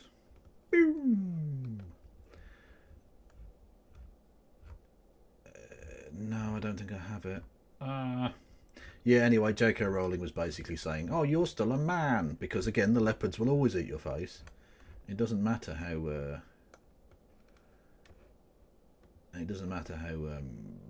how much you sell out at all. To help him, O'Shana can't really say anything positive about the Trump cabinet nominations, aside from two of them being veterans. He does spend several minutes listing all the flaws with the previous cabinet, which is fine. There are short basketball players. What are you talking about? Sports aren't fair. Remember that short basketball player? No. Yes. Muggsy Bogues, the shortest basketball player ever, is like 5'5", and had a perfectly reasonable career for many years. Like, yeah, it helps to be tall, but you can be just like a 6 foot tall guy. Chris Paul is the second best assist numbers in history. One of the greatest point guards of all time, and he's 6 foot tall. Allen Iverson was 6 foot tall, and he's in the Hall of Fame. Like, you don't go to be 7 feet. Fine, but when he can't provide a positive argument for his side, he reveals he's not much more than an attack dog, only really suited to shouting matches. Yeah, Air Bud was tiny. Air Bud was like 2 feet tall. On all fours, anyway. Which is why he's there. The merits of the choices matter less than criticizing the previous administration and dunking on the left. And that dunk line O'Shana had at the end is what makes him a favorite for this program. While the state of conservative commentary is pretty dire, it's not as if it's impossible to find a conservative guest who can at least speak to a topic without sounding ridiculous. In fact, this program managed to find someone on that very same panel with Richard W. Painter, who was a chief White House ethics lawyer under the George W. Bush administration. He is at least capable of talking about an issue while sounding like an adult. Now, I do hope that instead of talking on and on about Russia and 2016 and so forth, and the 2020 election and all of that, that the president-elect, when he becomes president, can focus on policy. I mean, he's mostly going to go after people. He's mostly going to do, like, reprisals. It's going to be like the fucking Night of the Long Knives, basically. This is why these corporations have so much influence in Republican and Democratic administrations, is people are not taking the ethics laws seriously. That's all expressed very sensibly. Piers. Right, but it's also bullshit because Donald Trump's election was predicated on the richest man in the world buying the election. Morgan builds off that response to ask a general question about corruption. Oshana's response reveals his ability to engage with the topic. No, I agree 100%, Piers. You know what I think it is? I think the left has Stockholm syndrome, Piers. They have fallen in love with their abuser, and now they're defending the abuser. Unsurprisingly, he changed the... What the fuck does that mean? I genuinely do not know what that man meant. Can someone tell me what he was referring to there? The left, okay, I'll let that pass. We'll just go with vaguely progressive noise, right? Whatever. The left, I've got Stockholm syndrome. They're in love with their abuser. Who is the abuser? Who is the abuser in this situation? Ironic, given that he's supporting Donald Trump, an actual abuser, of course. But like, what does that mean? To whom does he refer there as the abuser? I do not fucking know. Subject to dump on the left, because that's the full extent of his ability to do political commentary. Maybe it's too much to expect a comedian to have anything interesting to say about cabinet positions, but once again, the fault of that mostly lies with the show inviting him on as if he has anything worthwhile to contribute to that specific conversation. His expertise and analysis matters far less than his ability to attack. He thinks the Democrats / Biden are incredibly corrupt and the Dem / left voters love them anyway. Okay. I mean, he didn't say that in the thing, so like, maybe he went on to express his more detail after the clip, but I don't think so. Well, the majority of videos devolve into messy... Oh my god, Tatum has really whacked on the weight. Jesus fucking Christ. For those who don't know, the rotund creature in the middle there with the gold chain is a man called Brandon Tatum. He's a former police officer and indeed former PragerU video host. He's a right-wing griftoid. He did not used to be that fat. He has whacked it on. And again, I know, look at me. I'm a man of fuller figure as well. He is, fuck me.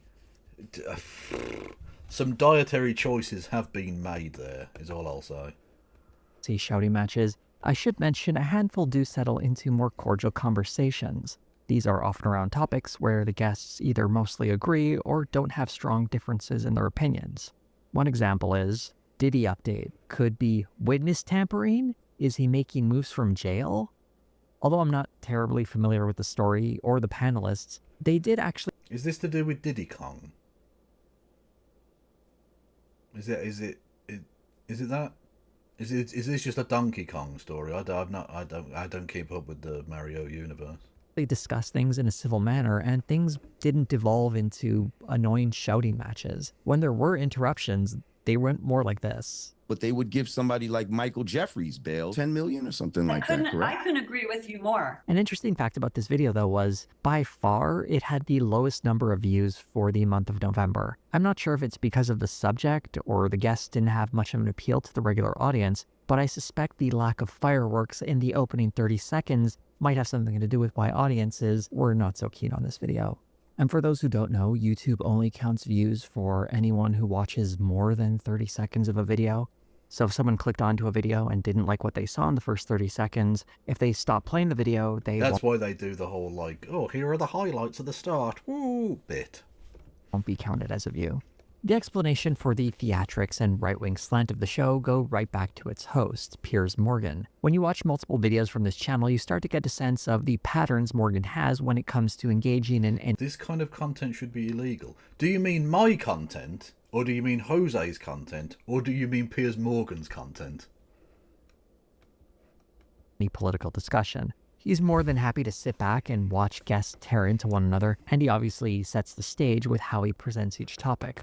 But even more important is how he's constantly emphasizing certain topics in each episode. For example, and I can't stress this enough, the man is obsessed with trans athletes in sports. He is. I've constantly said this is something most people... It's the mooch!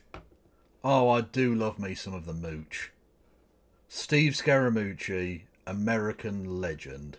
Okay? And I won't have a bad word said against him. The man's a genius. Really feel fired up about, which is this thing of trans athletes in women's sport and so on, and getting into women's spaces and so on. Transgender athletes in women's sport and the very damaging impact that is having. I really think they underestimated how the majority of Americans feel about that kind of thing. They also were supporting things like transgender athletes being allowed to compete in women's sport. As a reminder, since we always need one whenever this topic comes up, the issue of trans athletes in sports is a moral panic cooked up by the right. Not only is it not a major issue on the left, it's also the latest in a long line of fear-mongering campaigns against trans people, a campaign the right has been waging for many years. Not only is this a non-issue that affects a tiny percentage of people, it's also not, as Piers Morgan repeatedly stated in these videos, infringing on the rights of cisgendered women. Last I checked, they were still very much allowed to play sports. And they still seem to be doing pretty well, as the supposed dominance of trans athletes has yet to manifest. Not that Piers Morgan would know that, as he repeatedly cites this stat that 900 medals have been awarded to trans athletes. This came from a United Nations report, though not in quite the way he imagines it. Piers Morgan first brought up this stat when speaking to David Pakman in an October video where he called it a survey. An astonishing survey has just come out today by the United Nations that reveals that female athletes have lost 900 medals to transgender rivals competing against them. Well, actually, no, then. They haven't lost those medals. It's just other women have won those medals. In women's sporting categories. This is a UN report. The report isn't a survey like Piers Morgan first presented it. The section on medals is a few sentences sourced from an anti-trans advocacy group and doesn't represent research from the UN. Specifically, this stat comes from a website called shewon.org. There's a giant table that counts the number of medals that have supposedly been won. Apparently it's gone up since that UN report, but you'll notice there's a big asterisk next to it. And it reveals that it's not just medals, but rather records, scholarships, and other opportunities. Oh, for fuck's sake. So it's nothing then. So it's nothing. It's literally no things. Brilliant. It not only covers sports around the world, but it goes back to 2001. But we can look at this stat and be unreasonably generous and say that there are 1,055 medals that trans athletes have won that would otherwise have gone to cisgendered people. But out of how many medals is that in total? I couldn't possibly tell you how many medals are awarded in just 1 year around the world for all sports. For example, at the recent Paris Olympics, there were 329 events, each awarding 3 medals. That's 987 medals. And that's not counting all the additional medals that go to team sports. Yeah, the total is actually... I was about to say, there's... Like, in each football team that wins a medal, it's like 23 people? That's 23 athletes, and then coaches get medals as well. So there would be thousands of medals given out at the Olympics. And that's just one Olympics, let alone all of the championships and every fucking thing. What's my opinion on Brian Tyler Cohen? He seems okay. He's obviously a lib, so bear that in mind, but like, he seems like one of the better libs. Yeah. Over 2,000 athletes being awarded medals, and that's only looking at the highest levels of competition for these particular sports. Many of these sports have competitions throughout the year in a number of different countries. The total number of medals that are handed out every year in sporting events is probably at least in the hundreds of thousands. That's why this stat is nonsense. Without a total to weigh it against, you actually can't use it to support the idea that trans athletes are performing better than cisgender. Brian Tyler Cohen loves Destiny. Okay, I'll revise my opinion, he's a twat. Gendered athletes. Also, looking at this list more closely, you start to notice some weird patterns, like so many of these incidents are for disc golf. Over 200, in fact. With all this talk about how trans athletes are dominating sports and endangering cisgendered women, I didn't think 1/5 of that danger was coming from the disc golf scene. Many of these supposed medals are also being counted more than once. If a trans athlete finishes first in a minor golf tournament, the second, third, and fourth place athletes will all be counted. This is an example of how one trans athlete winning anything is counted 3 times in this list. Unbelievable. Which is another way in which this total is deeply suspect. But none of these details, of course, matter to Piers Morgan. After Pacman confronted him on this stat, we got a rare fact check on the show where Morgan's team pulls up the UN report. The replacement of the female sports category with a mixed sex category has resulted in an increasing number of female athletes losing opportunities, including medals, when competing against males, the report said. So, David, again, would you like to now apologise for being not only wrong about this being an election issue, but being wrong about your correction when I asked you if you were sorry for being wrong? Look at the underlying source, Piers. I have it printed out it was in the other room. It wasn't a Look footnote. at the It's page underlying 5. source.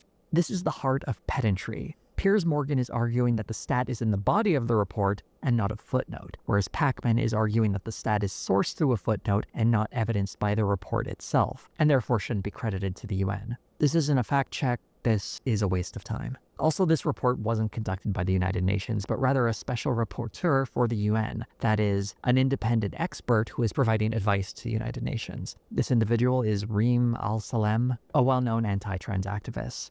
And how she became a special rapporteur for the UN is outside the scope of this humble little video.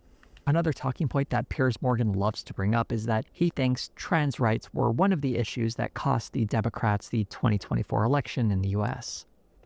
A lot of it was down to the economy. A lot of it was down to the immigration. Hello, Rohack, this is Jose's new video.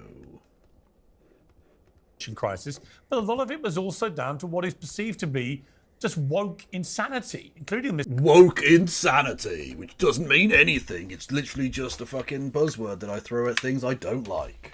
Brilliant, thanks. Thanks, Piers. This whole trans debate. Of course, Piers Morgan considers himself a liberal on this issue, as he said in another video. This is all stuff that, as a liberal guy, which I am, I'm completely in favour of. So if I am, so I can tell you, are the majority of Americans. Anyone familiar with Piers Morgan's output in Britain is probably having a good laugh over this because he has a long history of working with conservative outlets. He literally got his start working for Rupert Murdoch at The Sun. The Sun is like the New York Post for Americans, I guess.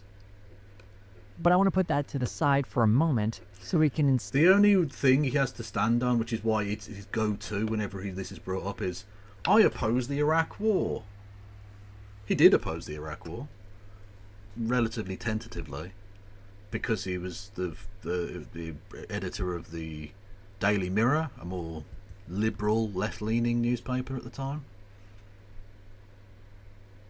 He supported literally every other war before and since, but he did oppose that one war, which means you can't question his credentials as a leftoid ever again. Brilliant. Instead, focus on this for just a little bit, because I think Piers Morgan's attitudes towards trans issues in general is a great example of how this concept of being a liberal can exist in someone's mind when rather it should manifest in someone's actions. Going back to the video where Morgan and Pacman squared off, there was a trans person who was invited to join this panel, Brianna Wu. While it's nice to see an actual trans person on to talk about issues that affect them and their community, Wu's role here is to advocate for Piers Morgan and feed the narrative of trans activists run amok. 10 years ago, Janet Mock on CNN, you held an interview with her. We were not talking about trans stuff back then. Everyone in the community was thrilled about it. What did she do? She went on your program. She lectured you. She was beyond rude. She told you she was not interested in your opinion on anything. She just shut you down. I said that she was born a boy and then transitioned to be a trans woman. She said that that was transphobic and tried to basically destroy me. And right there was the start of this nonsense. For those too young to remember this moment, Wu is completely mischaracterizing this moment in history. First of all, there were 2 interviews, the first of which was incredibly cordial, and both Piers Morgan and Janet Mock were very kind to one another in it. I'm seeing a bit of Janet and a bit of Beyonce, especially with the hair. Oh, I live for Beyonce. No. And the dress, because this is very like the dress Beyonce wore when I interviewed her. Not that I can remember every second of that day. Jesus Christ, he's a creep, isn't he? And clearly some sort of chaser, which is nice, I guess. This interview was held back in 2014. 10 years later, we would all be a little bit more savvy on trans issues and not use terms such as born a boy, and instead use assigned male at birth. There was also one point in the interview when Morgan asked, "How would you feel if you found out the woman you were dating was formerly a man, when Mock had never identified as a man?" You meet a man, and you fall in love with this man, but there's something you have to tell him. Something pretty big you have to tell him that he doesn't know, which is that you used to be yourself a man. After the break, we'll find out how you told him that news and how he took it.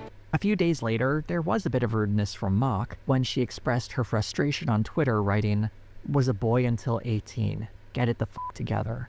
Piers Morgan, I was not formerly a man. Please stop sensationalizing my life and misgendering trans women." Morgan responded in frustration and then had Mock on for a second time for a more contentious interview. And this is the point. Piers Morgan doesn't have opinions. Piers Morgan has fee-fees. And you heard his fee-fees. So now he hates all trans people. That's why he did this. He was fine when she was being nice to him. When she was being nice and pretending that he wasn't saying the grossly offensive things he was saying, he was fine with it. But once she took him to task in any way whatsoever, oh, the kitty's got claws, okay? Thank you, Super Tiny Bob, for donation. Phone hacker Morgan. Indeed, he does allegedly hack phones, or had hacked phones, allegedly, in the past, allegedly. Interview, one where Mock was pretty darn polite while Morgan was far more confrontational. So I ask you again, why have I been vilified for being transparently supportive of you? I don't get it. Maybe you don't get it because you're not a trans woman. Trans women explain to me. Explain to me what I did wrong. What did I do wrong? You called, so before commercial break. Again, it's not. It's not what did I get wrong or something like that. It's or not what was wrong with what was said or whatever. It's why are you attacking me? Why are you attacking me? That's all he cares about. It's just he has been slighted. He has been offended. Conversation, and then all of a sudden you said, "Who was formerly a man. I was a baby. I was assigned male gender because of the appearance of my genitals." I think it's a fair criticism to say that Mock could have been more vocal during the first interview, but her explanation as to why she was silent makes... Also, given that fucking, oh my god, the biggest, like, Uncle Tom prick ever, Brianna Wu, Aunt Tom, well, I don't know what the phrase is, anyway, sellout, piece of shit, just described that very calm expression you just heard there, and she was just saying, I was never a man, I was a child, I was assigned male at birth, blah blah blah. That was it, as her screaming at Piers Morgan that she was completely rude to Piers Morgan, even though he's interrupted her twice in response to one question. Unbelievable. Sense. And being from a marginalized community, she didn't get many opportunities to share her story. Why didn't you correct me at the time? Why didn't you correct me? I did not because I was scared. If scared. you felt that strongly. I did not because I was scared. What? And I wanted to be scared a cordial guest. And I think that that was probably incorrect of me. I wanted to be kind, I wanted to be generous because I was appreciative of having 2 segments on a mainstream show. Expressing displeasure on Twitter isn't great, though the backlash Piers Morgan got clearly upset him. I'm not sure how powerful that backlash could have been on a tweet with less than 1,000 likes, but it was 2014, and when you think you're doing something good, it can feel jarring to find out you've made some kind of mistake, and people on social media have noticed. Throughout the second interview, Morgan constantly identifies himself as an ally, and I suspect, in a way, he does believe that. But allyship isn't an identity you can claim, it's the actions you take. And when someone within the community you think you're speaking for tells you you're doing it wrong, the onus is on you to listen. I imagine it would have been nicer to get an email rather than being put on blast in a tweet, but Piers Morgan has been working in the media for decades at this point, and he should have thicker skin than this. What we can learn from this episode is... Again, bear in mind, as we saw earlier from the Ian Hislop bit, this is a man who literally, in his national daily newspaper, had a full-page spread specifically saying, do you have dirt on Ian Hislop? Ring this number. As an advertisement to get shit on a person that he didn't like to publish and destroy that person's career and life. And yet is so thin-skinned that one tweet with less than 1,000 likes sends him over the edge and turns him into a rabid transphobe. Like, what a crybaby, cry-bully bitch. What a bitch! Happy Christmas to you, Super Tiny Bob, and happy Christmas to everybody else as well. I may not see thee before Christmas because you may not pop in over the next few days, but enjoy your Christmas, your Boxing Day, your New Year's, and your fucking pubic hair, if you have pubic hair. I don't know. Is how anti-trans mindsets are created in people who identify as allies. Rather than take a moment of self-reflection to consider what they may have said was not helpful towards a marginalized group, it's far easier for someone to center themselves in the conversation and focus on the angriest voices calling them out for that misstep. And once you center yourself as the object of scorn and people within that community as the abusive ones, it's a very easy jump to see any minor issue as some kind of grand overreach by rabid activists. The same ones who, at least according to the persecuted person, tried to cancel them for comments that they think were perfectly fine. And that's how someone who considers themselves an ally can find themselves on the side of anti-trans bigots, using wedge issues like sports to diminish support for the trans community. You might have noticed I went from talking about Piers Morgan to using the broader term them or they. It's not because people on the left love pronouns. I personally love all units of language. Because one very concerning Yeah, I'm very much a fan of adjectives. Big adjective fan. thing about this change in mindset is how by modeling it, Piers Morgan creates the impression that this could happen to anyone. That one Madcat, feel free at all times. You have absolute free reign. Post your shit in chat, man. Love it. misstep could lead to cancellation and the end of your life. But I have some great news for anyone who genuinely worries about this, and I cannot stress enough how happy you should be about this. You are not Piers Morgan. You won't be held to that same standard, and the odds of someone writing a mean tweet about you after you accidentally use the wrong term in a conversation is incredibly small. Most trans people don't have the time or interest to put someone on blast for minor slip-ups like that. Even if someone did Doxing Day when all Secret Santas are revealed. Fuck yes. put you on blast, it's likely they don't have enough of a platform to destroy your life. And let's be real, Piers Morgan's life was not destroyed or damaged in any considerable way. Yes, his CNN show was eventually canceled, but it's not because he was rude to a trans guest. It was because he had bad ratings. And Yeah, now it's because no one liked him. People didn't want to watch his show. He's not fundamentally a very likable person. People are only watching his YouTube show because it's the newest iteration of internet blood sports. That's got a it. popular YouTube channel. Instead of being a professional in the media space and accepting the criticism, even if it's not ideally presented, and simply moving on, Piers Morgan has decided to accept it as some kind of origin story of activists going too far. It's easier and more profitable to do something like that instead of taking a moment of self-reflection and consider maybe you got something wrong. And Piers Morgan is hardly the first person to play this game. Of course, trans issues aren't the only thing Piers talks about on his show that betrays sympathy for the right. One talking point he loved trotting out following the election was that Democrats were just too extreme in their rhetoric towards Donald Trump, particularly using the words fascist and Nazi. So when the left try and take the high moral ground about lying, Even though Donald Trump literally referred to Joe Biden as fascist. That literally happened. I say, what about you lot, who called Trump Hitler for 8 years?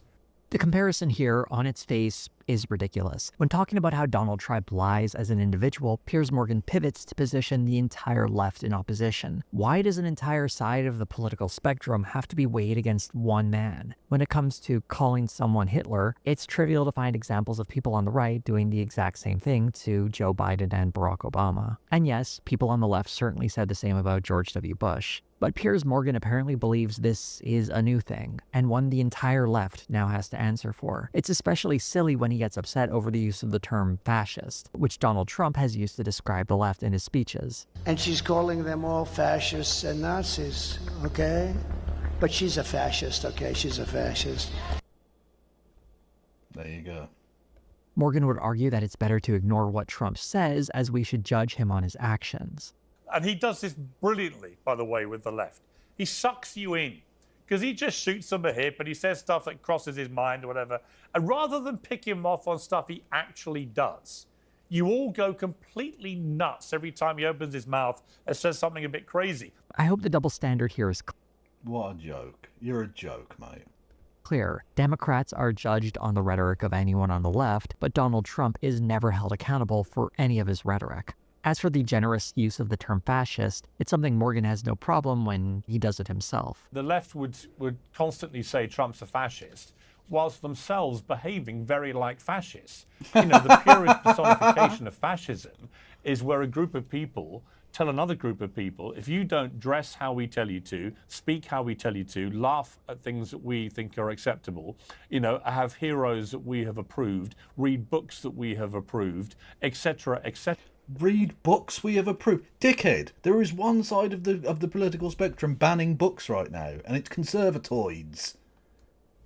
Donald Trump and his ilk are banning books. You fucking freak. That is actually what fascism is. It's where you try through your own narrow prism of your worldview, try and dictate that to everybody else on pain of utter cancellation. There are a lot of bad definitions for fascism. Did you not cancel every single person you went after as an editor, Piers? Did you not cancel Ian Hislop? You piece of shit. Fascism out there, but publicly shaming a person is maybe the softest version I've ever heard. Finding contradictions to the various signifiers that Piers Morgan say are a part of fascism are pretty easy to do on the right as well. Whether it's people getting upset over clothing when it's someone in drag, or people getting upset over someone sharing their pronouns, or fucking pronouns! Entitled comedians insisting people should be laughing at their stale material. It's also completely laughable to complain about trying to control what people can read when states like Republican-led Tennessee are banning literature such as The Time Machine, The Tempest, and the 34th volume of Bleach. Of all these random examples, the only one that I has agree with the banning of Bleach. All anime and manga needs to be banned. It's degenerate filth and is corrupting our youth. Fact. The echo of fascism is the book banning, as historically that is something fascist governments have done. People telling someone their joke sucks or getting upset over offensive language is worlds away from a government enforcing humor or speech standards. People across the political spectrum get worked up over cultural issues, and some are very loud about how upset they are.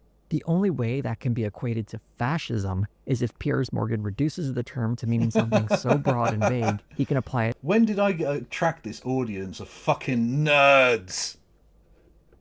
Nerds and geeks, all of you.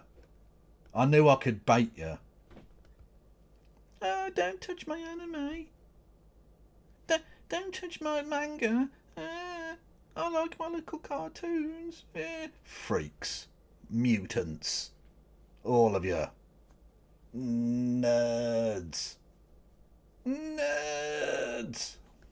To people that he finds politically repulsive. And funnily enough, he only does that to people. I am only joking, by the way. I don't give a fuck. It's fine. Yeah, enjoy your shit. I just enjoy doing the bit. On the left. These are just a few examples of how Piers Morgan will uncritically repeat anti-left talking points while emphasizing stories that are publicized and popularized on the right. And yet Morgan has insisted many times on the show that he is not... Hey! We were talking about mutants just a second ago. Hello, everybody. Hello. Welcome in Igloo Ladies BC. and gentlemen, we got him. Victory is ours. Everyone go and follow Igloo BC immediately. Hello there, Igloids. I'm going to say Igloids. It doesn't make sense, but I'm going to say it. I'm Kevin Logan, a socialist from the UK. You can you come in Ladies and watch. gentlemen, we got him. Victory is Just ours. watch whatever we're up to now. Hey, Igloo was making stuffing. Oh, nice. Presumably Christmas stuffing. I don't know. I bring chatters obsessed with sausage, don't ask. Well, aren't we all deep down? Thank you, Adric1312. Again, I think you'll get on well here. Because we are not fans of the Popo ourselves. And Aliusia. However you pronounce that name. Welcome in. Welcome to the Kevolution. We're watching Jose's video about how Piers Morgan is a fucking douchebag. I'm paraphrasing slightly, but you get the idea. Yeah. You can hit the follow button. stick around and find out whether you enjoy any of my content. You probably won't, but I can be funny sometimes. I promise. Hey, hello, it's the Morton. How are you? Igloo is cute. Fair point, well made. Not on the right. I'm not even vaguely right. That is a stiff and I how can you spend this many months gob-jobbing fucking Trump, right? How can you spend this amount of time absolutely riding Trump's chode and claim I'm not even remotely on the right? Actually, shut the fuck up, my dude. What a fucking clown. Why am I watching Piers Morgan and not doing anything productive and worthwhile with my life? It's a question I really need to ask. Fucking hell. Just choked on my own fucking saliva, I think. What I was going to say... I will not come on, Piers. That's disgusting. We're on a hype train, everyone. If we get to level 2 of the hype train, I will... who will I finger? By the way, to the new people, I have a thing where if we get to level 2 of a hype train, I finger a dead fascist. It's a thing I do. Anyway, I don't have one picked out particularly. So I'll tell you what I'll do.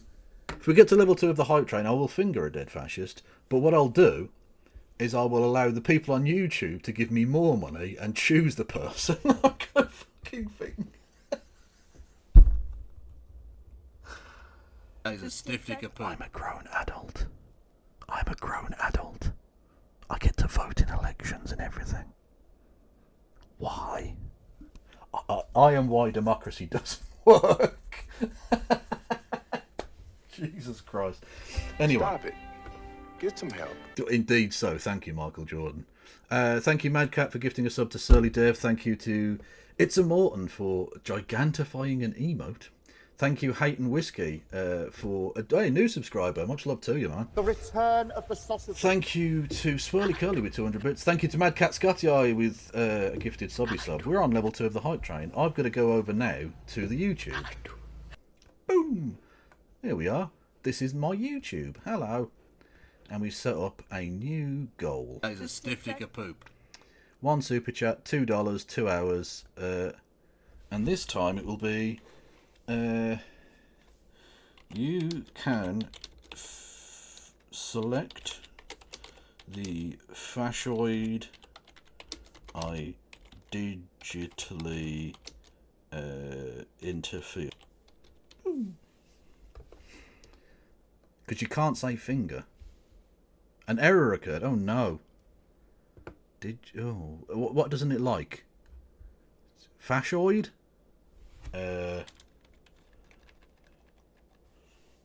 Nazgul. Let's see if it likes that one. Does it like Nazgul? Are we okay?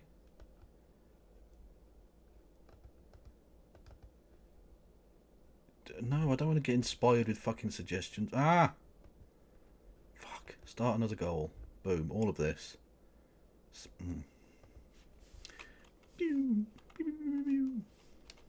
Oh, fuck's sake, I haven't got any fucking light on the thing. Honestly, I'm really bad at this, and you shouldn't follow me. Oh, fuck's... Okay, I'll reload the fucking screen, because it's being a cunt!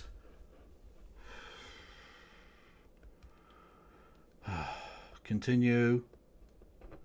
This is your first super chat. We'll let the community know so they can sell... No, I don't want to send a super chat.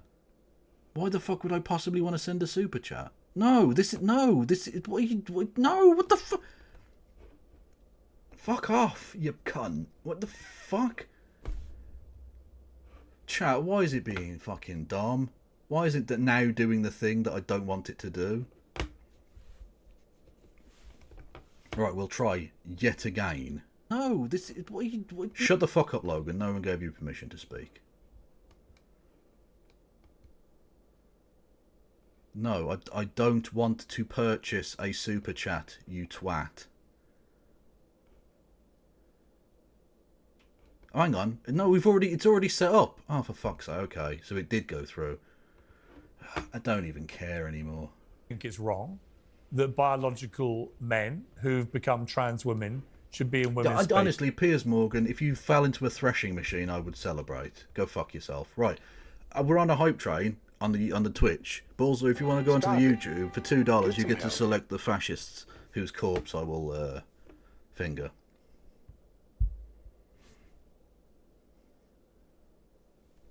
That's all I'm saying. Thank you to Cat Plinth for resubscribing. 19 months. That is a lot of months. Thank you. You're not vaguely right, Piers? When Piers Morgan describes himself as a centrist, Honestly, I can Emma is the shiz. I love Emma. Almost think he believes it. Not because he's carefully weighed the issues and simply happens to find himself caught between the left and the right, but rather because he doesn't really have any firm politics. He is simply saying and doing whatever he needs to get attention on the internet. And when it comes to YouTube, there's no easier ploy than appealing to a right-wing audience with the video equivalent of junk food. One genuinely good thing I did see Piers Morgan include on his show was the open discussions about the situation in Gaza, bringing on guests who would actively advocate for the Palestinian people. These guests were often countered by pro-Israel voices, but instead of seeing Piers Morgan frequently take the side of the right, he was a bit more even-handed, offering challenges to both. Again, we come back to the media being banned from going in there. If you don't let the media in, then I'm afraid as a journalist, I'm like, Piers, what are they hiding? My question was, where should the Gazan civilians go to be safe? The Gazan civilians today have an opportunity after Hamas. No, that's not my question. Hamas. Them to rebuild their society. That wasn't my question. My question is, where can they currently go to be safe? To the safe spaces that Israel has assigned, where Israel is not attacked. Safe space? Oh, she said safe space. Where? Well, it depends where. That being said, his record on the... There is nowhere safe. Because they say, oh, this is a safe place, and then they bomb the safe place. This person is evil. Conflict is a lot less flattering, and when he brings on someone like Mehdi Hassan, it becomes very apparent how squeamish Morgan is when it comes to harsher criticisms of Israel. It's complicated. No, it's not complicated, actually. Israel is the occupier under international law. Israel is the one killing the vast majority of civilians. It's Yeah, it's so liberal, everyone. It's so liberal. And I know they mean that in like the kind of constitutional sense rather than politically, but even so, it's still funny to hear. And they're not that either, because they have a two-tier, actually they have a several-tier citizenship situation, whereby certain types of Jewish people are number one, certain types of Jewish people are number two, then Palestinians or Arabs who are Israeli citizens are number three, and then there's Arabs, and then there's like I don't know, ticks maybe, I'm not sure. Thank you to Baron von Coxlap, who says $2. Wesley, YouTube doesn't let you swear streeting. Okay, there's a slight issue, Baron von Coxlap, with your suggestion. You'll notice that I strictly said dead. And unfortunately, and I mean this from the bottom of my heart, Wes Streeting, if you're listening to this, I mean this sincerely at 100%. Actually, you know what? It's so sincere, I'm going to say this on Sincerity Cam. Boom. Unfortunately, Wes Streeting is not dead. It's a fucking shame he's not dead, but he's not dead.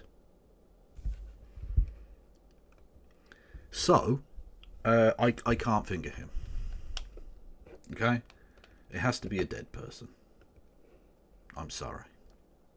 If you want to tell me... I mean, thank you for the donation. We hit our mark again. You people are amazing. If you want to tell me a dead fascist that you would like me to finger, I will happily do so. Geographic or time concerns are not relevant in this. Doesn't matter how long ago they lived, as long as they are not living now, and it doesn't matter where they're buried. I will fucking find them. So, Baron, the ball is in your court. Right now, it's not a liberal democracy. It's run by Russia. It's run by neo-fascists Which right Russia. now. Well, I don't disagree with you. Based on his comments, it seems like Morgan simply hasn't thought about or read enough on the issue to offer anything of substance. There was a great example from another conversation he had with Mehdi Hassan on Zateo. I mean, I'm not sure that Queen Elizabeth II counts as a fascist, but she's dead enough, so we'll go with it. Actually, no, that was Baron, yeah. But you've now moved over to the Twitch, which is very confusing. But yeah, okay, I'll finger the Queen. I mean, I'll be honest with you, security-wise, that is going to be tricky, but I will try. I think she's buried at Windsor, isn't she? I think so. I've been there before. Didn't I have to finger Henry VIII or something? It was something like that. I can't remember.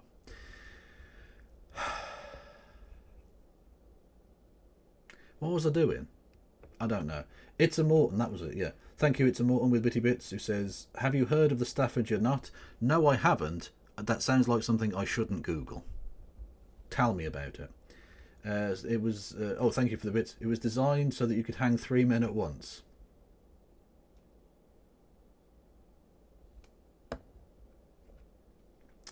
That's not good, is it? That's weird. You raised this for what purpose? Apropos of what thing? You're weird. I like that. So Russia's not doing a genocide? No, I don't think they are, and I shouldn't have said that. Wow. Yeah. So in order to defend Israel, you're withdrawing your allegation against Russia? Yeah, because you made me think about it. Well, it's great that Piers Morgan is willing to present people like Mehdi Hassan and other voices who will advocate for the lives of Palestinian people. This seems like a topic he should do a bit more research. Whoa, it's a Morton. Whoa. I can't read that one.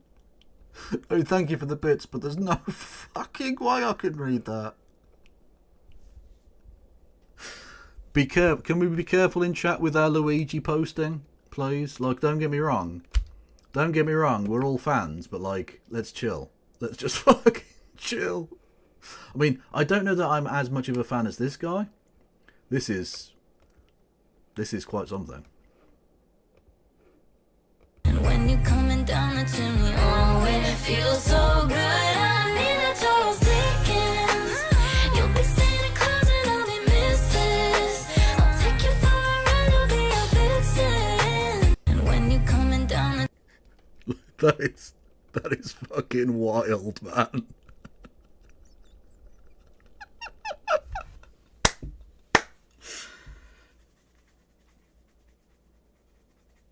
Fair enough. I mean, look, he's not a bad-looking guy. That's, you know, I'm just saying. Thank you. Oh, something happened. What the fuck happened? Thank you to Ernite for gifting 5 memberships on the YouTube. Much love. You've been very, very generous with me. Honestly, Merry Christmas to you all. I will fuck any and all of you that you want, if that's a thing you're into. But I don't know. Thank you. Is that Mayor Adams in the back? It was, yeah. The New York mayor turned up because apparently they're determined to make him look like the coolest motherfucker that's ever lived. Like doing the perp walk like that. Like, are you working as his PR team? Like literally, you're doing exactly. They're doing thirst traps of him. They allowed him in prison to get a haircut, so he's got the fade going on, his jawline nice and clean, in the orange jumpsuit in fucking things, surrounded by police like he's fucking like some Hannibal Lecter shit, like he's gonna fucking go mental and kill everyone. Motherfucker. He weighs nothing. One guy with a gun could have just walked him through, but you made him look like the biggest badass that's ever fucking lived. Fucking beautiful. Amazing. Oh yeah, no, I was just saying that, Bayward. Yeah. Fucking mad. They need to start making me want to suck his dick. Exactly.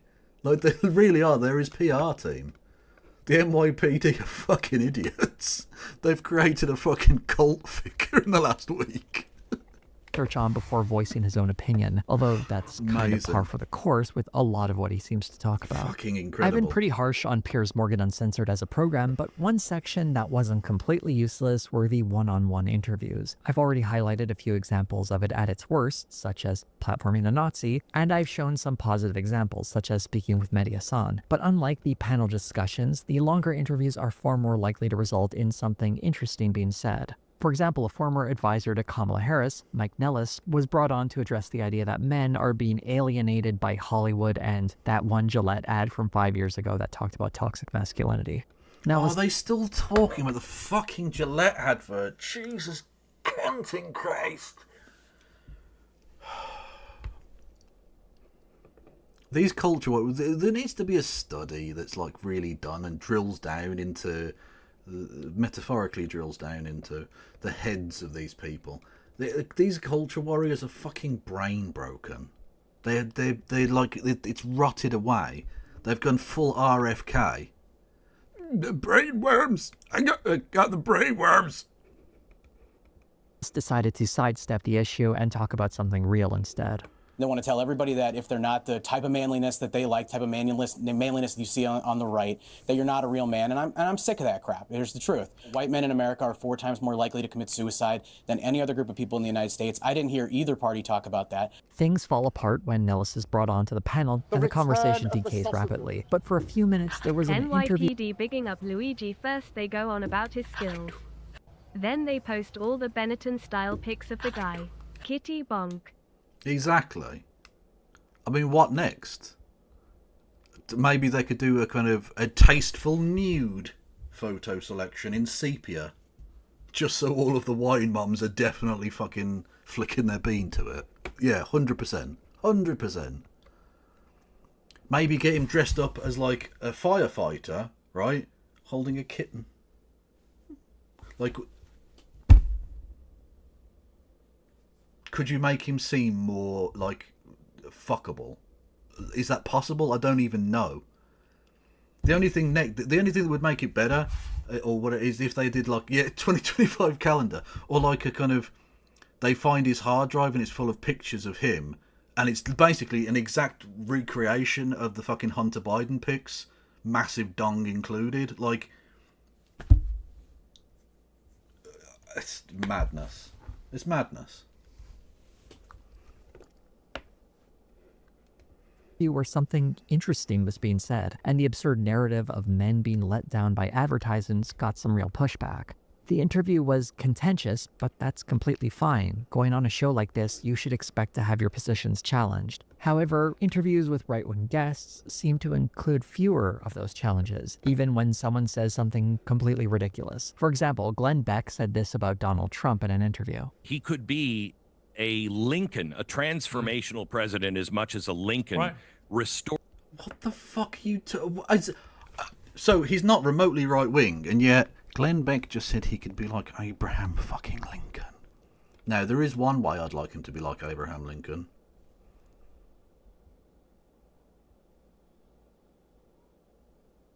Moving on. But he's not going to be at all like Abraham Lincoln in any way whatsoever. So, like, and Piers Morgan nodded along with that. Like, that was a really good point he made. Like, that was an absolute banger of a point he just brought up.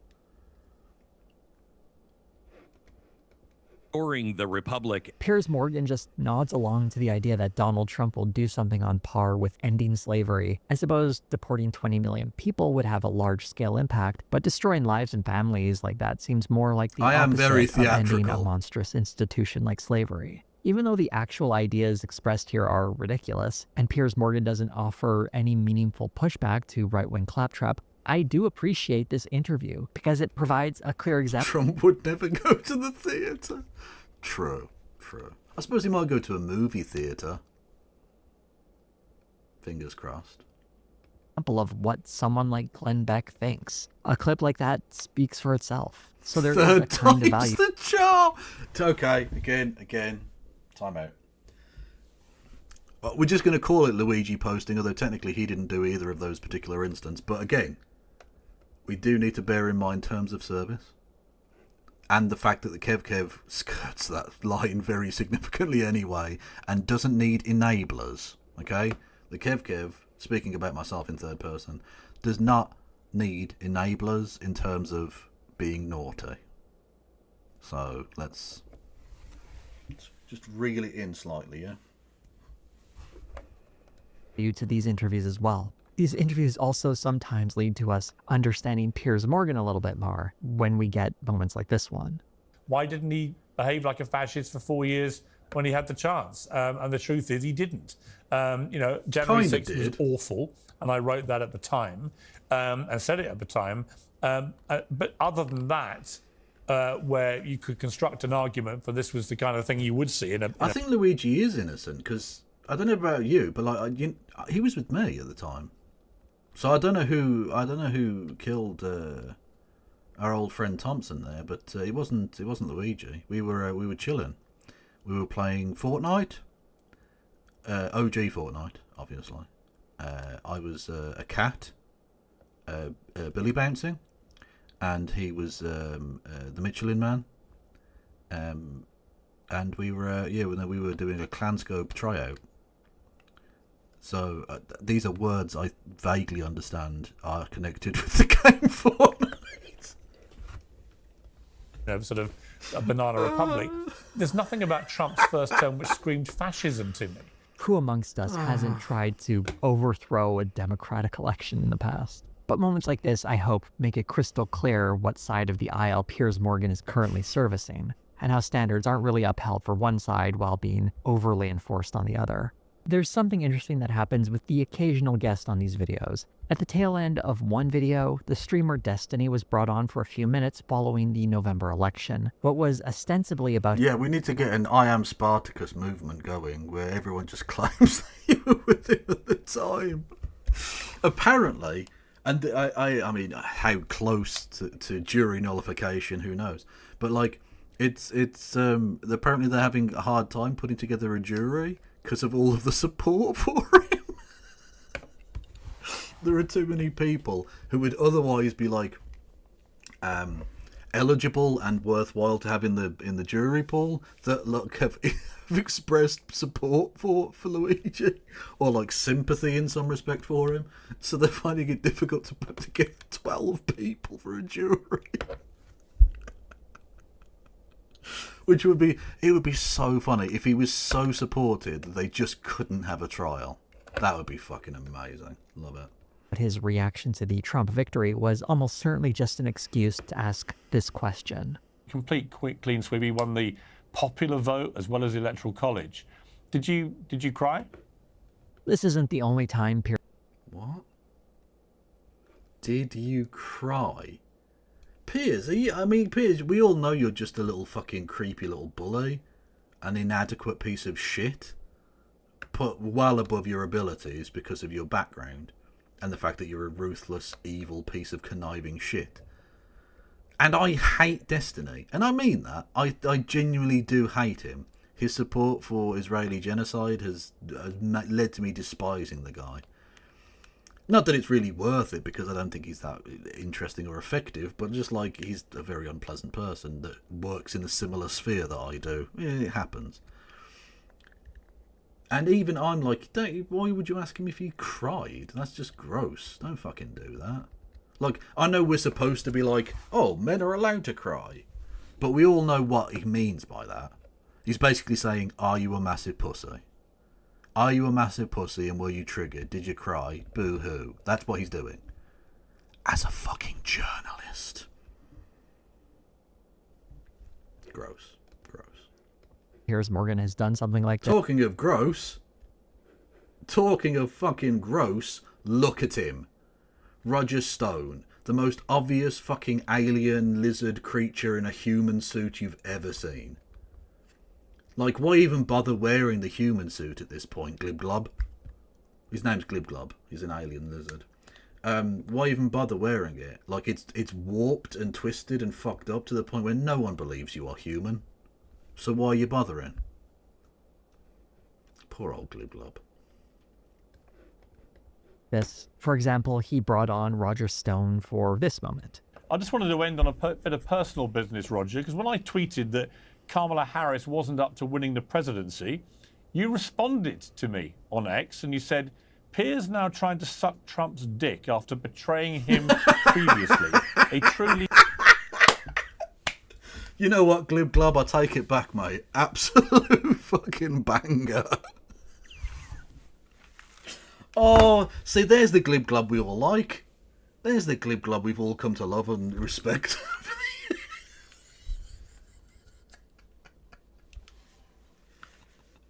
Look at his little fucking face. Honestly, both of these people are disgusting to me. Honestly, I despise them both. They're both actually terrible people.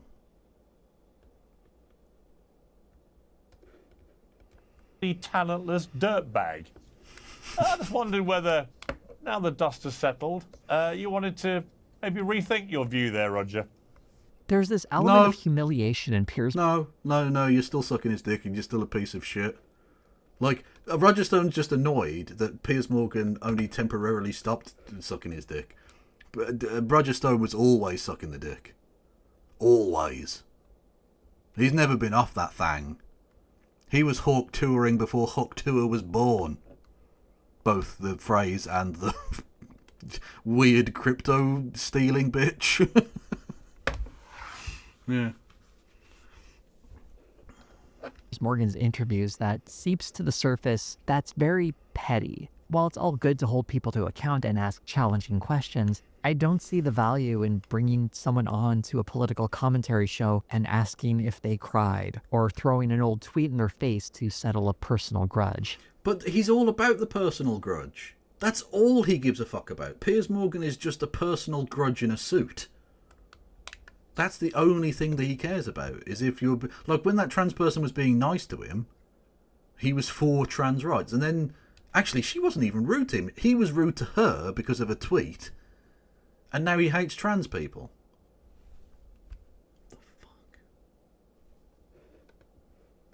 In a better world, any self-respecting guest wouldn't tolerate this. But one of the reasons people do, and one of the reasons anyone goes on Piers Morgan's channel, is not because they thirst for good-spirited debate, but because he has a big audience. Jesus Kermit Christ Almighty. And it's a great marketing opportunity. Piers Morgan Uncensored has become an arena for spectacle, and everyone is getting in on making the most of that attention, reveling in it in an effort to get people's attention and hopefully retain as much of that audience as possible. Even this video is part of that same problem. There's no real way to spotlight what a whole this channel is without participating in the publicity it gets. True. Also, Fat Colonel Sanders. Just saying. Obviously, not engaging at all isn't what I'm suggesting, otherwise this video wouldn't exist. And more power to anyone who goes to these panels and can make the most of those opportunities. But what I hope people take away from all of this is a greater awareness of what is happening on Piers Morgan Uncensored and what sort of guy is hosting it. It's a modern fusion of some old techniques, assembling loud, eye-catching figures to yell at each other and centering the conversation. Actually, is he the worst Canadian ever? I don't know. That's interesting. Well, maybe we'll do that. We'll do a show one night called Worst Canadian Ever, and we'll just invite people on to be like, so who do you think the worst Canadian? We'll get Lance from the Surfs as our resident Canadian correspondent. Stephen Crowder's pretty bad, but you've also got like Lauren Southern as well. So like, there's a few. Like Canada gets away with it because it's got this like, oh, we're all nice. Oh, we just eat poutine and play hockey. Ignore us beating up that group of native people and stealing their land so that we can pump more oil into the world. Ignore Blackfacey McBlackface as Prime Minister. Just, ooh, aren't we kooky? We've got Tim Hortons. Like, come on now. Around a like, you were birthed from the womb of the British Empire. You are fucked. You were cooked from the start, motherfuckers. Do not even try that shit. You're not a real country. You got no fans. You're ground shit. You fucking want some. Fest centrist who more often sides with the right. It's a reflection of the dominance the right has on YouTube. Yeah, Pierre Bolivar is an awful person, yeah. I mean, the fact that you literally stood up in Parliament, all of yous, across the fucking board, and clapped the Nazi guy? Did we all forget that happened? Did we all forget that that just happened? There was literally an SS guy, and everyone went, yeah, woo, and clapped him in the fucking Canadian Parliament. Why was Canada not put on the axis of evil or some shit? Why was Canada not nuked? That's a joke.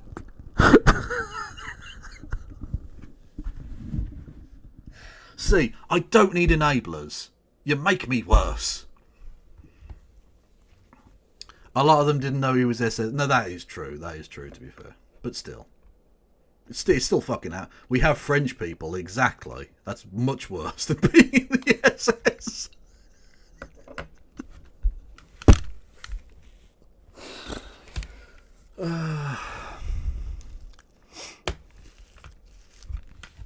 I've said what I said.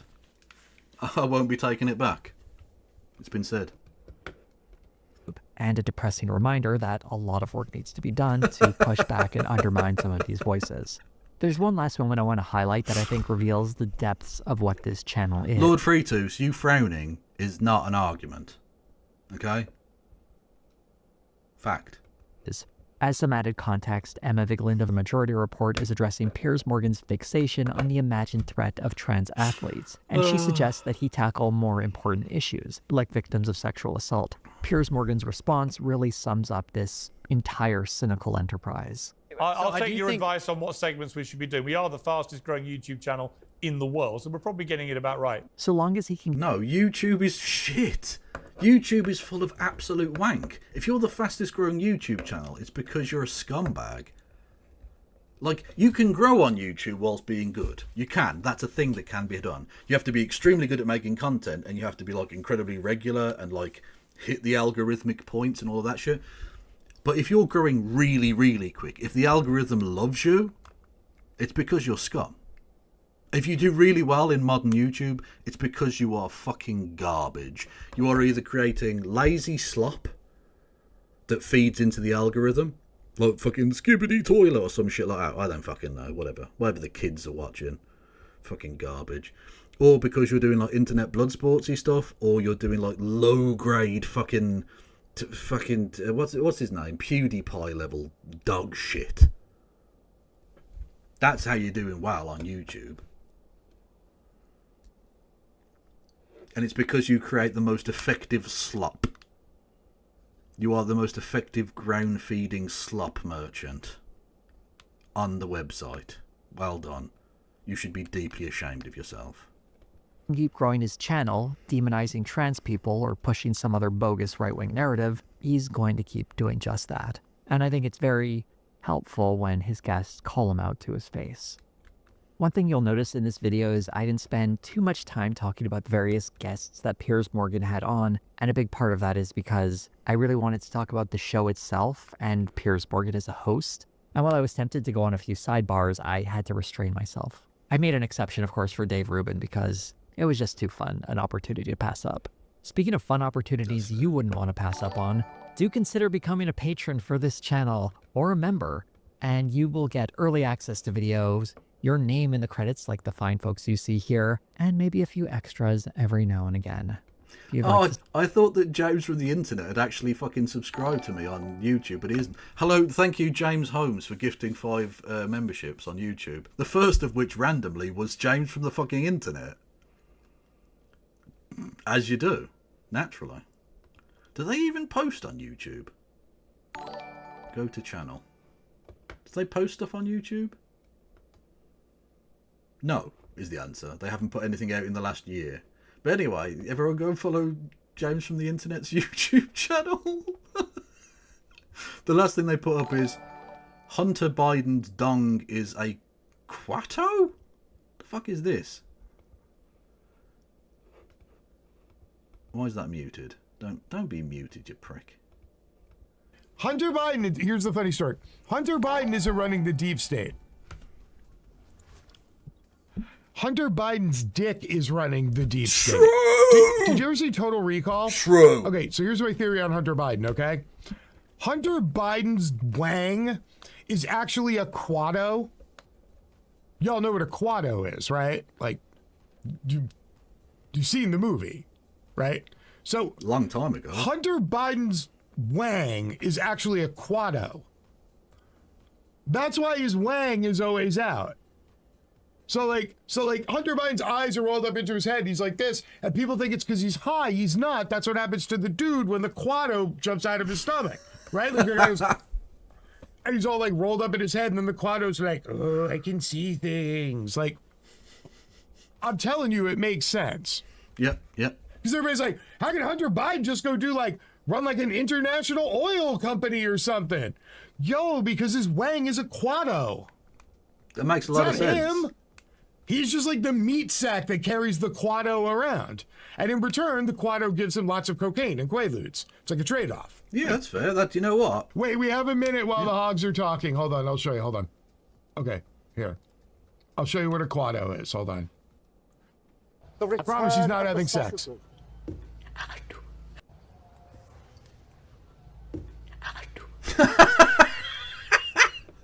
Hunter Biden's dick does have fingers. And a face. Oh, Jesus Christ. Quado.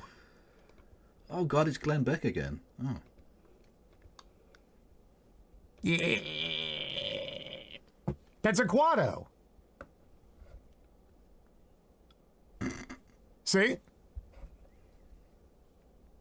Thank you, okay, James. So We've all learned something. something. Talking to him, this dude is out of it, okay? So this is Hunter Biden, and Hunter Biden's wang is a quado. And the quado is in charge. Okay, we get the so fucking literally, point. Hunter Biden is just a meat sack that carries around the brains of the operation, a.k.a. the quado. Do you have any questions now, or are we good? Can I move on? Yeah, no, fair enough. Are we all good? I think we've all learned something here. Quado, wang, brains of the op. We're good here, right? I think so. I think so. What do you mean could be true? Go ahead, refute my claim. Exactly. You can't. Go ahead. Fact. Thank you, Mr. J. You're in a Johnny cab. How did I get here? The door opened, you got in.